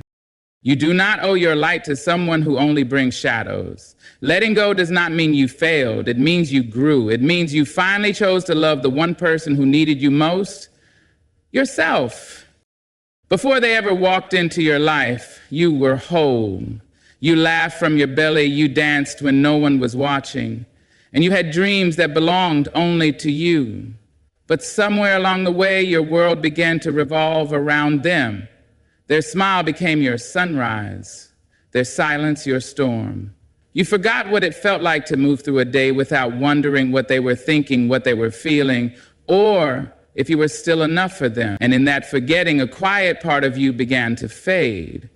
But the truth is, who you were before them still lives within you. She's not gone. She's simply waiting to be remembered. When emotional attachment runs deep, it often wraps itself around your identity. You begin to see yourself through the lens of their presence. But that lens is cracked now. And to detach is to return not just to solitude, but to yourself. To the woman who didn't need validation to feel beautiful, who didn't need attention to feel worthy, who had plans that didn't depend on anyone else's permission. Reconnecting with that version of you isn't a backward step. It's the only way forward. Start gently. Begin with the small things. What made you feel alive before all this? Was it the sound of pages turning in a quiet room? The rhythm of your feet on an early morning walk, the way music could wrap itself around your spirit like a warm blanket? Go back there, not to escape the pain, but to remember your essence, because your worth is not tied to who stayed or who left. It is woven into your being. You do not need anyone to complete you. You were never broken in the first place. Love may have bent you, may have stretched you thin, but it never took your spirit. That fire you once carried, it still burns, even if it's quiet now. Feed it, protect it, let it grow again. Detaching is not about building walls. It's about rebuilding the foundation that was shaken. And that foundation is you. When you begin to reclaim your space, your time, your voice, you will see how much power still lives inside you. You will realize that your identity is not lost. It was simply waiting beneath the noise of someone else's presence. So breathe deeply. Let each step be a return, not a retreat. You are not going backwards. You are going inward. And what you will find there is more than enough. There is a quiet strength in stepping back, not in anger, not in pride, but in love for yourself.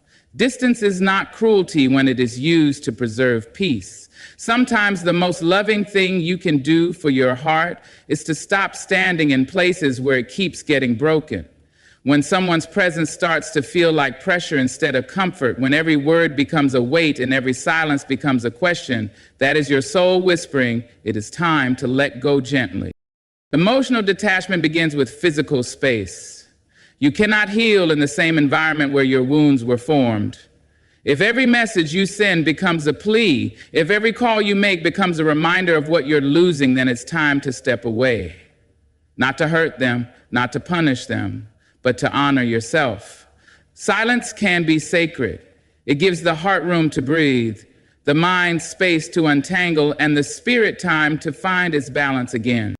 Distance helps us see clearly. When we are too close, we miss the signs. We excuse the pain, we forget the cost. But when we step back, we begin to recognize the pattern.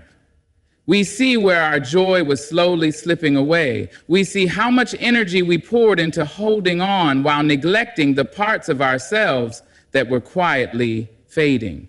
Creating distance allows us to reflect, not react. It is not coldness, it is clarity. You do not need to explain your silence to everyone.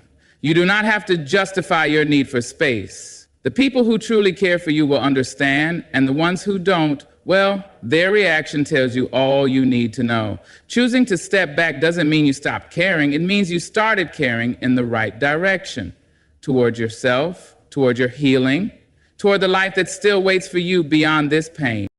It's not easy. Your fingers may hesitate before blocking a number.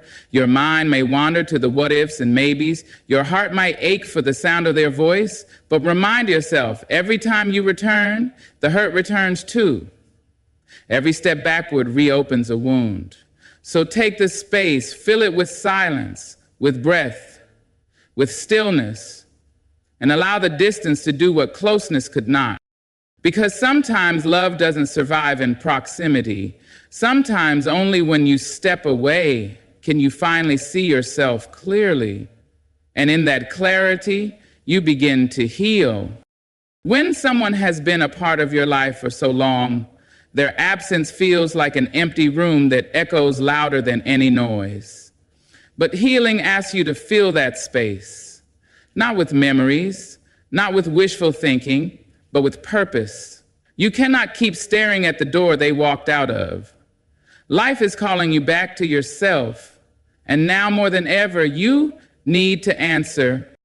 You start by reaching for what is real, the quiet things that nourish your soul. Maybe it's the early morning light spilling through the window, or the way a cup of tea warms your hands. Maybe it's music that makes you sway again, or words in a book that feel like home. You begin to notice the little joys again, not because the pain is gone, but because you've chosen to stop giving it all the space. Your heart has more rooms than sorrow. Filling the space is not about distraction. You're not running from the pain, you're growing around it.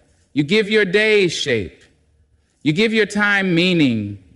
You write, you create, you move. You let the silence speak new truths to you. Truths that remind you that your life does not end when someone else walks away. It begins again, quietly, patiently, in the stillness you once feared. You reconnect with people who bring peace, the kind who don't need to ask if something is wrong. They just sit beside you in the silence and make it feel lighter. You call an old friend. You take that class you always talked about. You walk the long way home and watch the sky change colors. Slowly, the days begin to feel less heavy, not because you've forgotten them, but because you've remembered you. And yes, the memories will return sometimes. They will try to convince you that the past was better than the future you're building. But that's just the ache talking. Let it speak, then let it go. You have work to do. You have healing to hold. You have light to chase. Your life cannot revolve around someone who is no longer holding your hand. So you use both of yours to build again. You plant peace where pain used to live. You let laughter find its way back to you. You do not fill the space with bitterness, but with beauty. You do not live in the past, you honor it, then move on. Because the future is not behind you, it's unfolding now.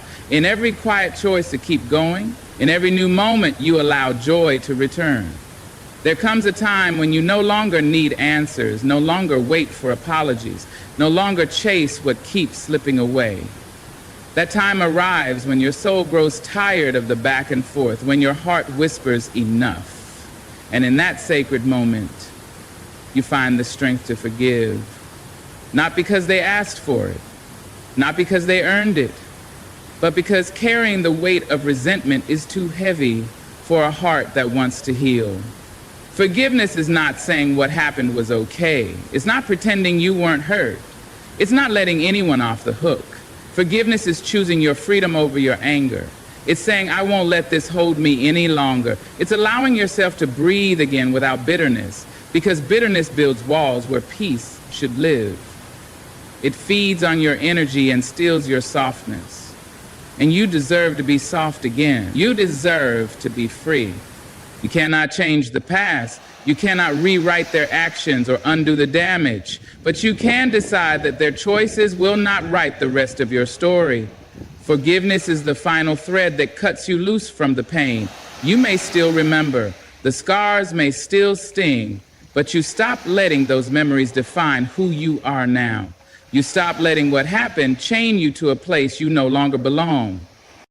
You forgive them for not being the person you hoped they'd be, for the words they didn't say, for the promises they didn't keep, for the love they couldn't give.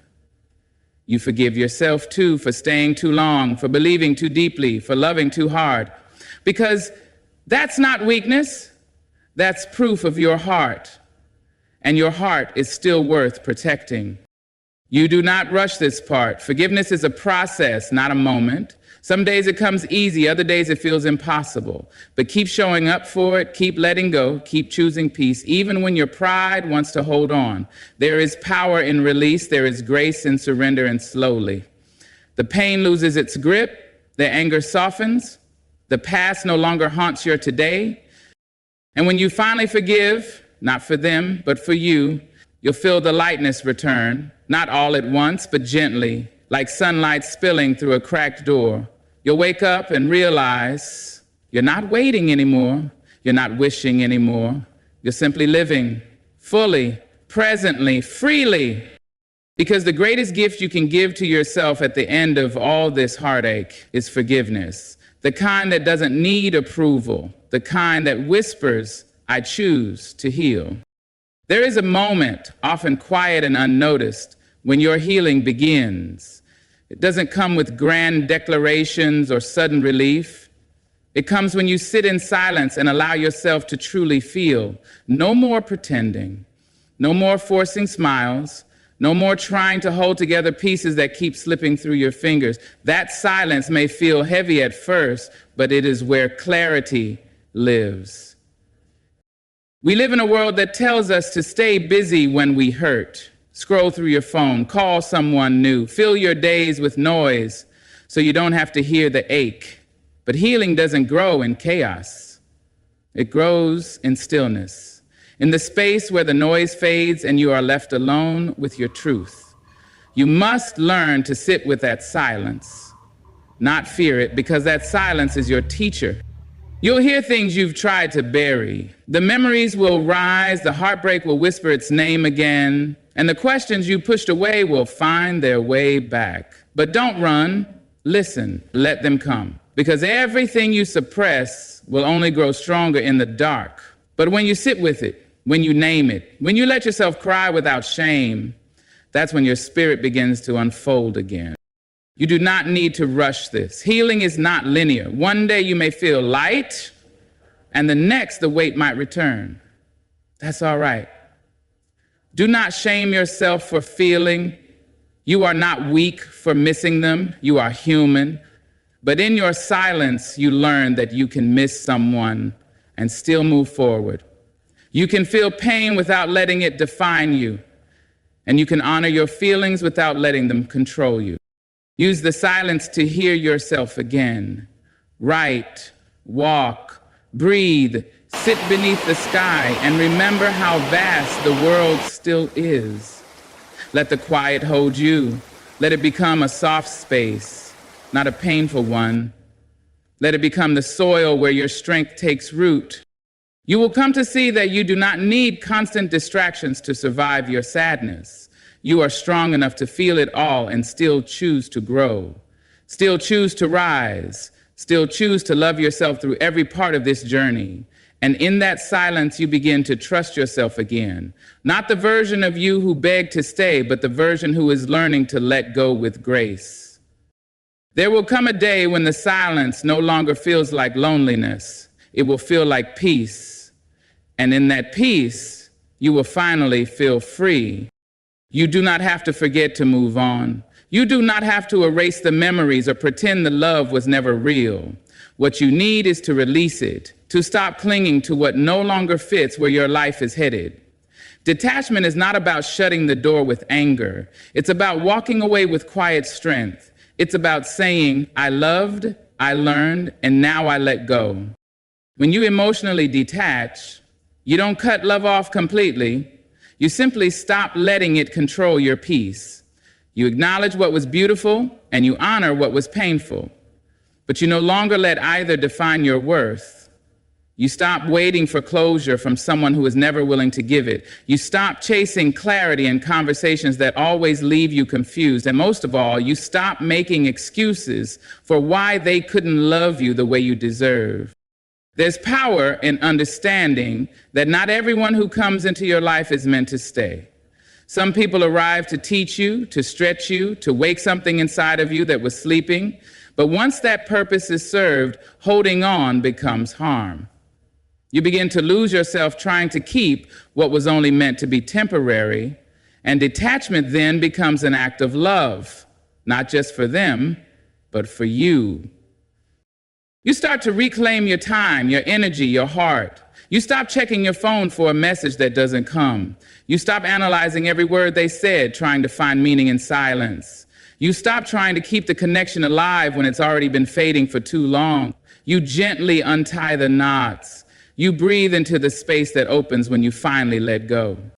And in that space, you find yourself again. The parts that dimmed for someone else's comfort begin to glow. The pieces that felt lost return to you in fragments, through laughter, through stillness, through unexpected joy. You begin to realize that you never needed them to be whole. You were never broken, just momentarily misplaced. It is not weak to detach. It is not cold. It is one of the most loving things you can do, to stop forcing what no longer fits and make room for peace instead. You walk away not with bitterness, but with the quiet confidence of someone who knows their value. You no longer fight for someone to see you. You see yourself clearly, fully, completely. And that is where your healing settles. In the moment you stop holding on and start holding yourself. Letting go is never easy. It requires strength that no one sees, quiet battles fought within, and a deep trust in the process of healing. But as you begin to emotionally detach from someone who no longer nurtures your spirit, you don't lose yourself. You find yourself again. You remember your worth, you reclaim your peace, and you rise from the pain, not bitter, but wiser, softer and more whole. This journey is not about forgetting love, it's about remembering who you are beyond it. So take each step with grace. Let the silence teach you, let forgiveness free you, and let every moment you choose yourself be a victory. You are not walking away from love, you are walking toward your healing. Good luck on your journey. May peace be your companion and strength your life. Thank you for listening. My dear friends, there comes a moment when the soul can no longer dance in the shadow of what pretends to be light. A moment when the heart knows that not every smile is kind, and not every hand that reaches for you intends to lift you higher. Sometimes what glitters is not gold, but the sharp edge of a snare, waiting patiently for your trust to ripen. And darling, it is not weakness to see the truth. It is strength. It is wisdom. It is freedom. The world will clothe danger in fine suits and soft voices. It will hide cruelty behind charm and lace it with empty praise. But the spirit always knows, deep down where the hush lives. You can feel it in your bones, even when your mind tries to hush the warning. One sign is the delight they take in your downfall. Oh, they will never say it out loud. But when you hurt, their eyes do not mourn. When you stumble, their breath quickens, not with concern, but with thrill. That is no friend. That is not love. There is something hauntingly dangerous about a smile that doesn't reach the soul, a voice that soothes but does not care, a presence that draws you in, not to lift you, but to hollow you out. This is the camouflage of true harm. Not every evil person wears their darkness openly. Many of them move through life with grace, with wit, with what seems like genuine charm. They know how to speak your language, mirror your desires, and echo your dreams just enough to make you feel seen, even cherished. But what they truly seek is not connection, it is control. Evil rarely arrives with thunder and fire. It walks in quietly, dressed in understanding and flattery. These individuals study your strengths to use them against you. They find your wounds not to help heal them, but to push deeper when it serves their gain. And they'll never show their hand too soon. Oh no, they're patient, calculated. They know that the sweetest poison is the one that goes down easy. That's why their charm is dangerous. It blinds you, disarms you, and before you realize it, you are tied to someone who only showed you what you wanted to see.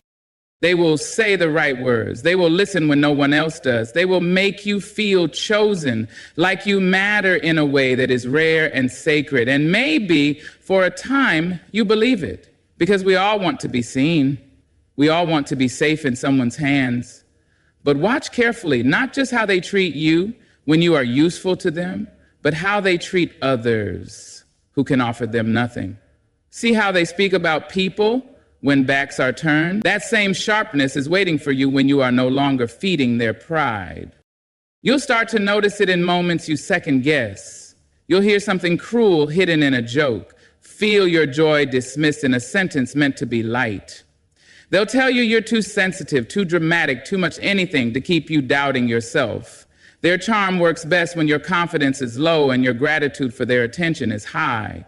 That's how they keep you tethered, not by force, but by making you believe they are the only one who truly understands you. Not affection, it's manipulation laced with sugar. The real test of their charm comes when you no longer serve their purpose, when you speak a truth they don't want to hear, when you hold a boundary, when you begin to shine beyond the space they allowed you. Suddenly that sweet voice turns cold, that attentiveness vanishes, and the same mouth that once spoke life into you now delivers venom with precision. You will wonder what you did wrong, how it changed so quickly, but it didn't change. It was always there, waiting. You were never loved for who you are. You were used for how well you believed in their illusion. This is how evil cloaks itself in charisma. It doesn't take from you all at once. It chips away your trust, your peace, your sense of self, until you are left questioning your own intuition. And that is the cruelest part. The charm works so well that even when the truth is standing right in front of you, you hesitate to call it by its name. Because to admit that someone you trusted was only pretending is painful, but ignoring it is far worse. You must remember, real kindness does not confuse you. Real care does not silence your spirit. And real love will never cost you your peace. The person who lights up a room but darkens your heart is not worthy of your loyalty. You do not owe anyone the chance to harm you just because they smile while doing it. Listen closely to what your spirit knows before your mind can catch up, because truth always whispers before it shouts. And when you feel something isn't right, trust that it isn't. The most dangerous evil is the kind that smiles while it's watching you bleed. Protect your peace, let charm impress the crowd, but let your spirit lead you home.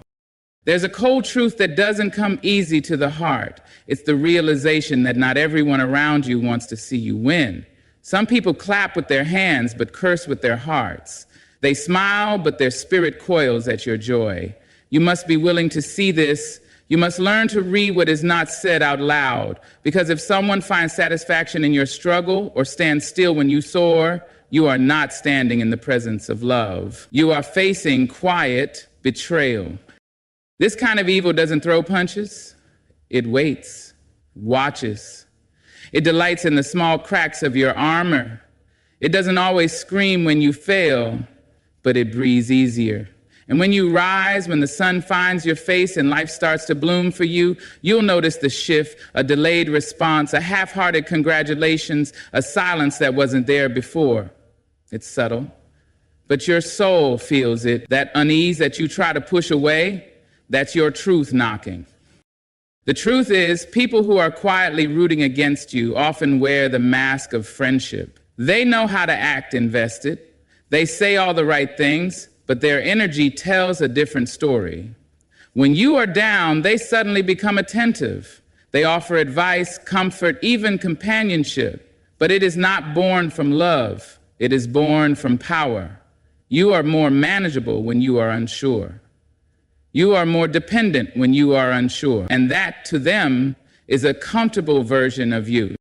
You'll find that they remember your mistakes far more clearly than your victories. They repeat your pain like it's poetry, but forget your growth like it never happened. Because when you win, they feel less, not because you took anything from them, but because they measure their worth by comparison, not connection. And comparison always makes someone the enemy. If you're shining, they feel like they're shrinking. And instead of doing the work to find their own light, they try to dim yours. They won't say it. They rarely act on it directly. But their joy at your struggle is a quiet cruelty that seeps in over time. They thrive when you doubt yourself, because your doubt makes space for their control. That's why they're the first to question your decisions, to remind you of your flaws, to say things like, "Are you sure you're ready?" Or, "Don't get ahead of yourself." These aren't warnings, they're fears disguised as concern. Not your fears, theirs. You'll start to notice that they talk differently when you're not around. People may tell you, or you may feel it, but the truth comes eventually. It always does, because the kind of heart that rejoices in pain cannot hold peace for long. And once the mask starts to slip, you will begin to see clearly, but it will hurt, because it always hurts when someone you trusted reveals that they were never really in your corner. You'll ask yourself how you didn't see it. But don't blame yourself for loving fully. That's never the mistake. The mistake is staying once you know.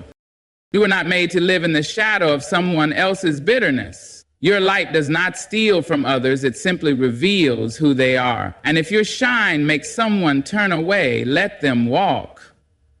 Because your purpose is too great to shrink for the comfort of those who would rather see you suffer than succeed. Pay attention to who smiles when you rise and who retreats. Notice who stands beside you when you're thriving, not just when you're hurting. Anyone can play the hero when you're broken, but the people who truly love you, they cheer just as loudly when you're whole. They rise with you. They don't see your success as a threat. They see it as a celebration. So when someone finds pleasure in your pain or turns cold in your joy, do not offer them a seat at your table. Some people were only meant to teach you discernment, not to walk the journey with you. Let them go and bless them on their way. Your joy is not a crime. Your healing is not arrogance. Your light is not too much. Let no one convince you otherwise. There's a deep and quiet kind of harm that doesn't strike with a sword, but slices with the slow unraveling of truth. You think you're walking beside someone honest, someone clear in their intention, someone who means what they say. But then you start to notice a pattern. Little things don't add up. Stories shift like sand. Words meant to explain only leave you more confused. This is not a clumsy tongue. This is not forgetfulness. This is someone who bends truth to keep you in the dark, to keep themselves looking blameless while you're left second-guessing what is real. When you're dealing with someone truly harmful, lying becomes their art. It isn't always bold or loud. It can be soft, laced with just enough truth to seem believable. But the purpose is always the same, to distort your clarity. Because when you're confused, you are more easily controlled. That's how they keep you near. They don't just lie to cover their tracks. They lie to rearrange your mind, to twist your memory until you begin to doubt yourself more than you doubt them. You'll notice how quickly the narrative changes. One day it was this, the next it was that. You bring up something they said before, and suddenly you're the one being accused of misunderstanding, of twisting their words, of being too sensitive. They never own the shift. Instead, they make you feel guilty for noticing it. And over time, your trust in your own perception begins to wither. That's their goal. Because once you stop trusting yourself, you lean into them for truth. And that's exactly where they want you. They become the author of the reality you live in. You begin to see the world through their lens, their version of events, their truth. But that truth keeps changing to fit their needs. When they hurt you, they will tell you it never happened. Or if it did, it wasn't that bad. Or if it was your fault. Always something to keep you circling around their story, trying to make sense of something that was never meant to make sense. That's the trap. You may even feel the weight of trying to defend yourself from things you never did. They accuse you of thoughts you never had, feelings you never felt, actions you never took. And suddenly you're caught trying to prove you're innocent in a story they invented. That's the power of manipulation when it's wrapped in lies. It turns the truth into a weapon. It makes you responsible for the confusion they create. This is why truth matters, not just for justice, but for sanity. Because when someone is always moving the goalpost, always rewritten what was, always slipping between versions of themselves, you will spend your energy trying to find solid ground in a place that was built to be a trap. And they will call you dramatic. They will call you unstable. They will tell others you are hard to deal with. All while painting themselves as calm, collected, honest. But their calm is control, their honesty is illusion. It's hard to accept that someone can lie so easily, especially someone you've trusted, someone who once seemed so real. But evil doesn't wear horns. It wears politeness. It wears charm. It wears tears. And most of all, it wears stories that twist your sense of reality until you no longer know which way is up. That's the cruelty of it, the quiet erosion of your own truth. But you are not crazy. You are not too much. You are not imagining things. If you feel like someone's words are meant to confuse, if you notice that their version of the truth keeps shifting, if you walk away from conversations feeling smaller, uncertain, ashamed, pay attention. That is not a misunderstanding. That is a method. You deserve to live in clarity. You deserve to be around people whose words align with their actions. People who don't use lies to make themselves look better while you carry the weight of their deception. And once you see it, you cannot unsee it. And you shouldn't. Protect your truth. Speak it, even if your voice trembles. Because the ones who twist it were never afraid of your silence, they were afraid of your clarity. There is a quiet form of cruelty that doesn't shout or strike. It comes wrapped in what looks like care. It speaks in soft tones, smiles gently, and pretends to offer comfort. But look closer, feel deeper, because what they offer is not kindness, it's a leash, a chain hidden in compliments, a trap disguised as love. This is how manipulation enters the heart. Not by force, but by pretending to nurture. And when someone gives only to control, helps only to dominate, listens only to later use your words against you, you are not in the presence of goodness. You are being played. They may appear generous. They may offer help when no one else does. They may be the first to show up when you're in need, but their presence is not free. It comes with invisible strings that pull tight the moment you try to stand on your own. What they gave you becomes a debt. And that debt becomes a weapon. They will remind you of what they did. They will use your gratitude to silence your discomfort. And before long, you find yourself saying yes when you want to say no, staying when you long to leave, bending not because you're kind, but because you've been conditioned to believe you owe them something. This is not love. This is not kindness. This is power dressed in concern. They want you dependent, unsure, always reaching for their approval. That's how they hold you. They don't want your freedom. They want your loyalty, but only the kind that keeps you small and quiet. And when you begin to step away, when you start speaking your truth or reclaiming your space, that kindness turns cold. That concern becomes criticism. That generosity becomes guilt. They will say things like, "After all I've done for you," or "You wouldn't be here without me," and they will mean it, not as a reflection of shared growth, but as a reminder that you are, in their eyes, something they created, not someone they walked beside, but someone they feel entitled to control. You see, their help was never help. It was a silent contract, one you never signed, but they expect you to honor. You'll also see it in how they handle your vulnerability. You may have trusted them with your fears, your stories, your scars, and in those moments they listened, they nodded, they comforted you, but that listening was not sacred, it was strategic, because later when conflict arises or control begins to slip, they'll reach back into your vulnerability and use it as ammunition. They will bring up what you shared, not to understand you, but to hurt you, to shut you down, to remind you of your weakness as they see it. And yet they will still speak the language of care, still act like everything they do is out of love. But real love does not seek ownership. Real love does not manipulate or demand. It doesn't use your gratitude as a leash or your pain as a weapon. Love, true love, is free. It gives without keeping score. It holds space without needing repayment. It lifts without pushing down.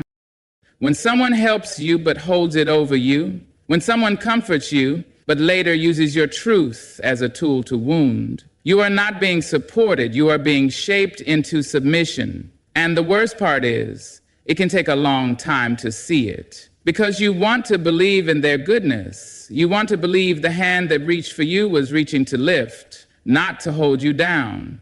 But over time, the weight becomes too much to ignore. And your spirit, even if your mind can't explain it, starts to ache under the pressure of their so-called care.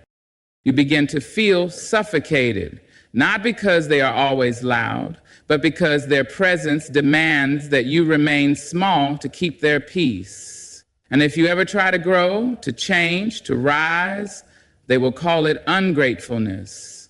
They will say you forgot who helped you. But you didn't forget. You remembered. You just no longer believe that love means bondage.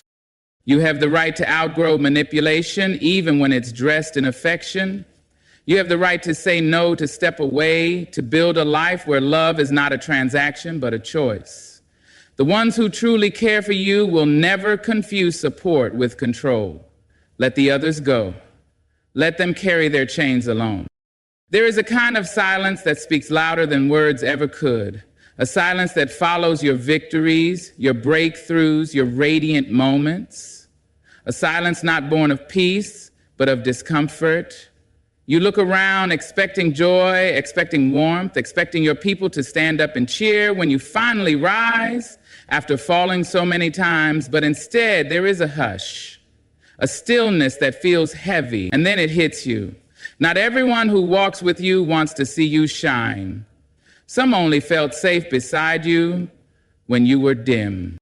When you were struggling, they were present, they listened, they offered help, and for a time, you believed they cared.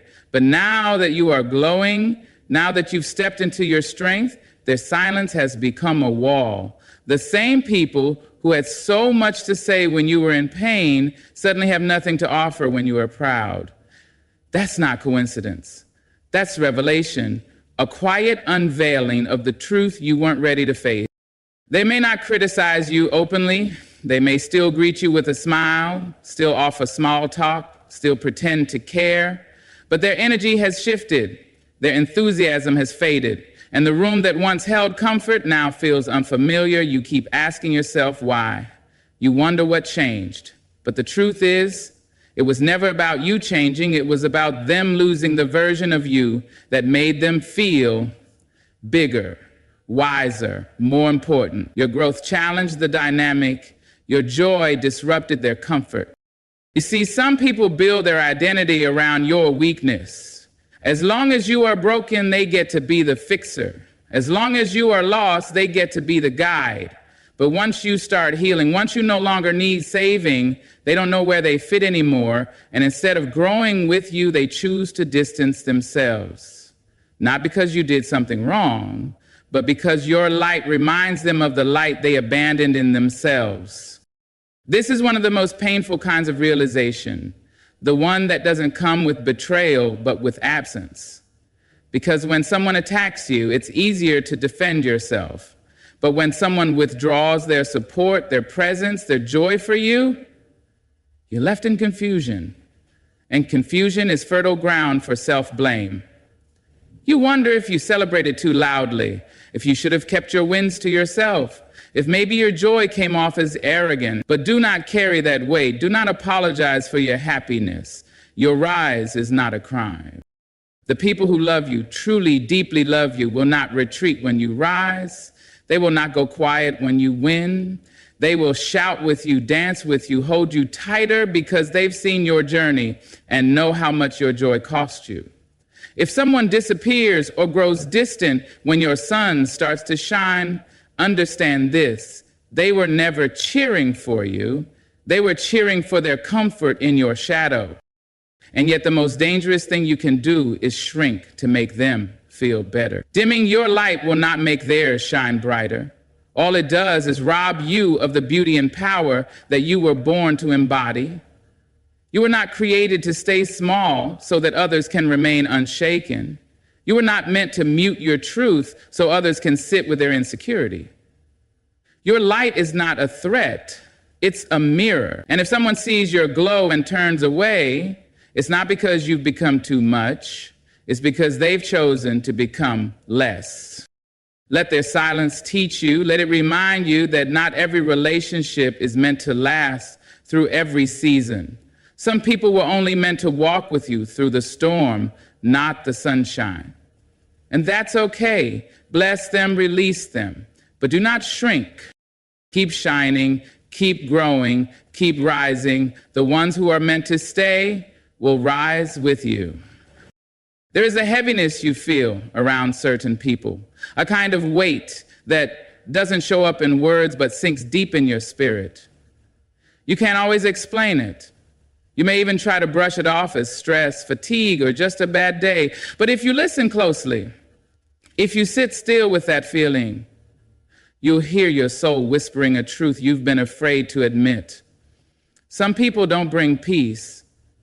They bring pressure. They bring chaos wrapped in routine. They bring tension hidden in conversation. And no matter how kind they seem, how long you've known them, how much they've done for you, your soul feels tired around them for a reason.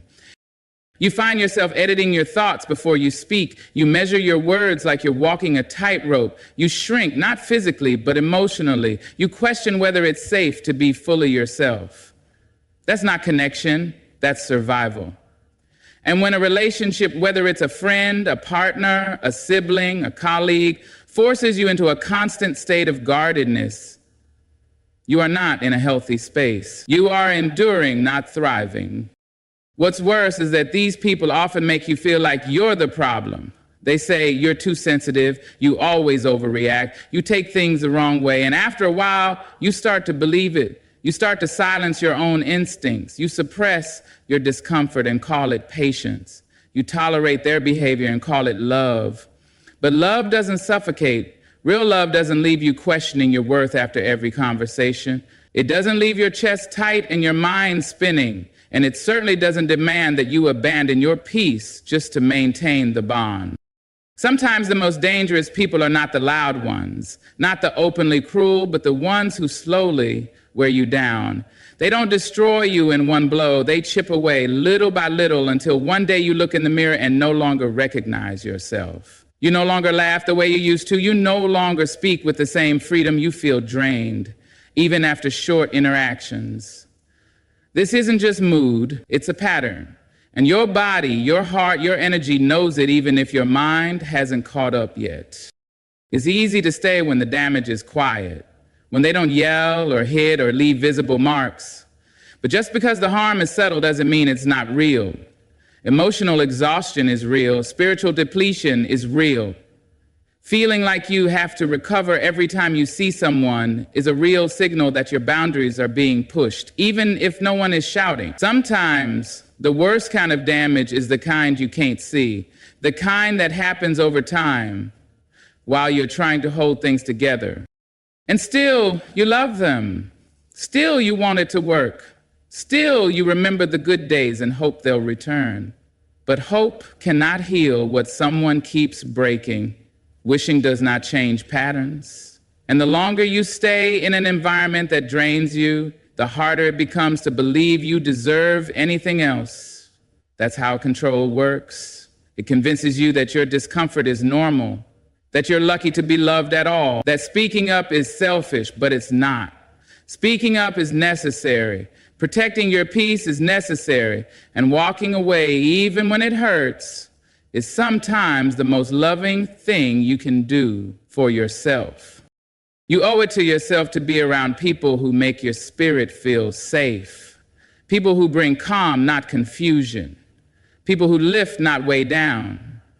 You deserve to breathe freely in someone's presence, not constantly brace for the next wave of subtle criticism or emotional withdrawal. And yes, it will hurt to distance yourself. It will ache to leave what's familiar, but don't confuse comfort with safety. Don't confuse habit with harmony. The people who truly see you, truly care for you, will never make you question your own light. They will never leave you feeling small, unseen, or exhausted. They will energize you. They will bring clarity. They will bring warmth. And you'll know it not because they say it, but because your soul will rest around them. Listen to that heaviness. It is not weakness, it is wisdom trying to get your attention. In a world where appearances often deceive and darkness wears the mask of grace, your greatest protection is your inner knowing. The signs are there, not in loud declarations, but in quiet discomfort, shifting truths, absent applause, and the weight your soul carries around certain people. You are not meant to live in confusion, to shrink in the name of love, or to carry someone else's chaos as your burden. You were meant to rise, to live clear, strong, and full of peace. Trust what your spirit tells you before the mask falls. You don't owe anyone your silence, your light, or your suffering, just because they once wore a kind face. So walk forward with courage. Stand in your truth with grace. And if you must walk away to protect your peace, know that you are not being cruel, you are being free. You deserve love that liberates, not binds, connection that uplifts, not consumes. Be brave enough to choose yourself again and again. Good luck on your journey toward truth and wholeness. And thank you for listening. May your path always be lit by clarity, strength, and the quiet wisdom of your own soul.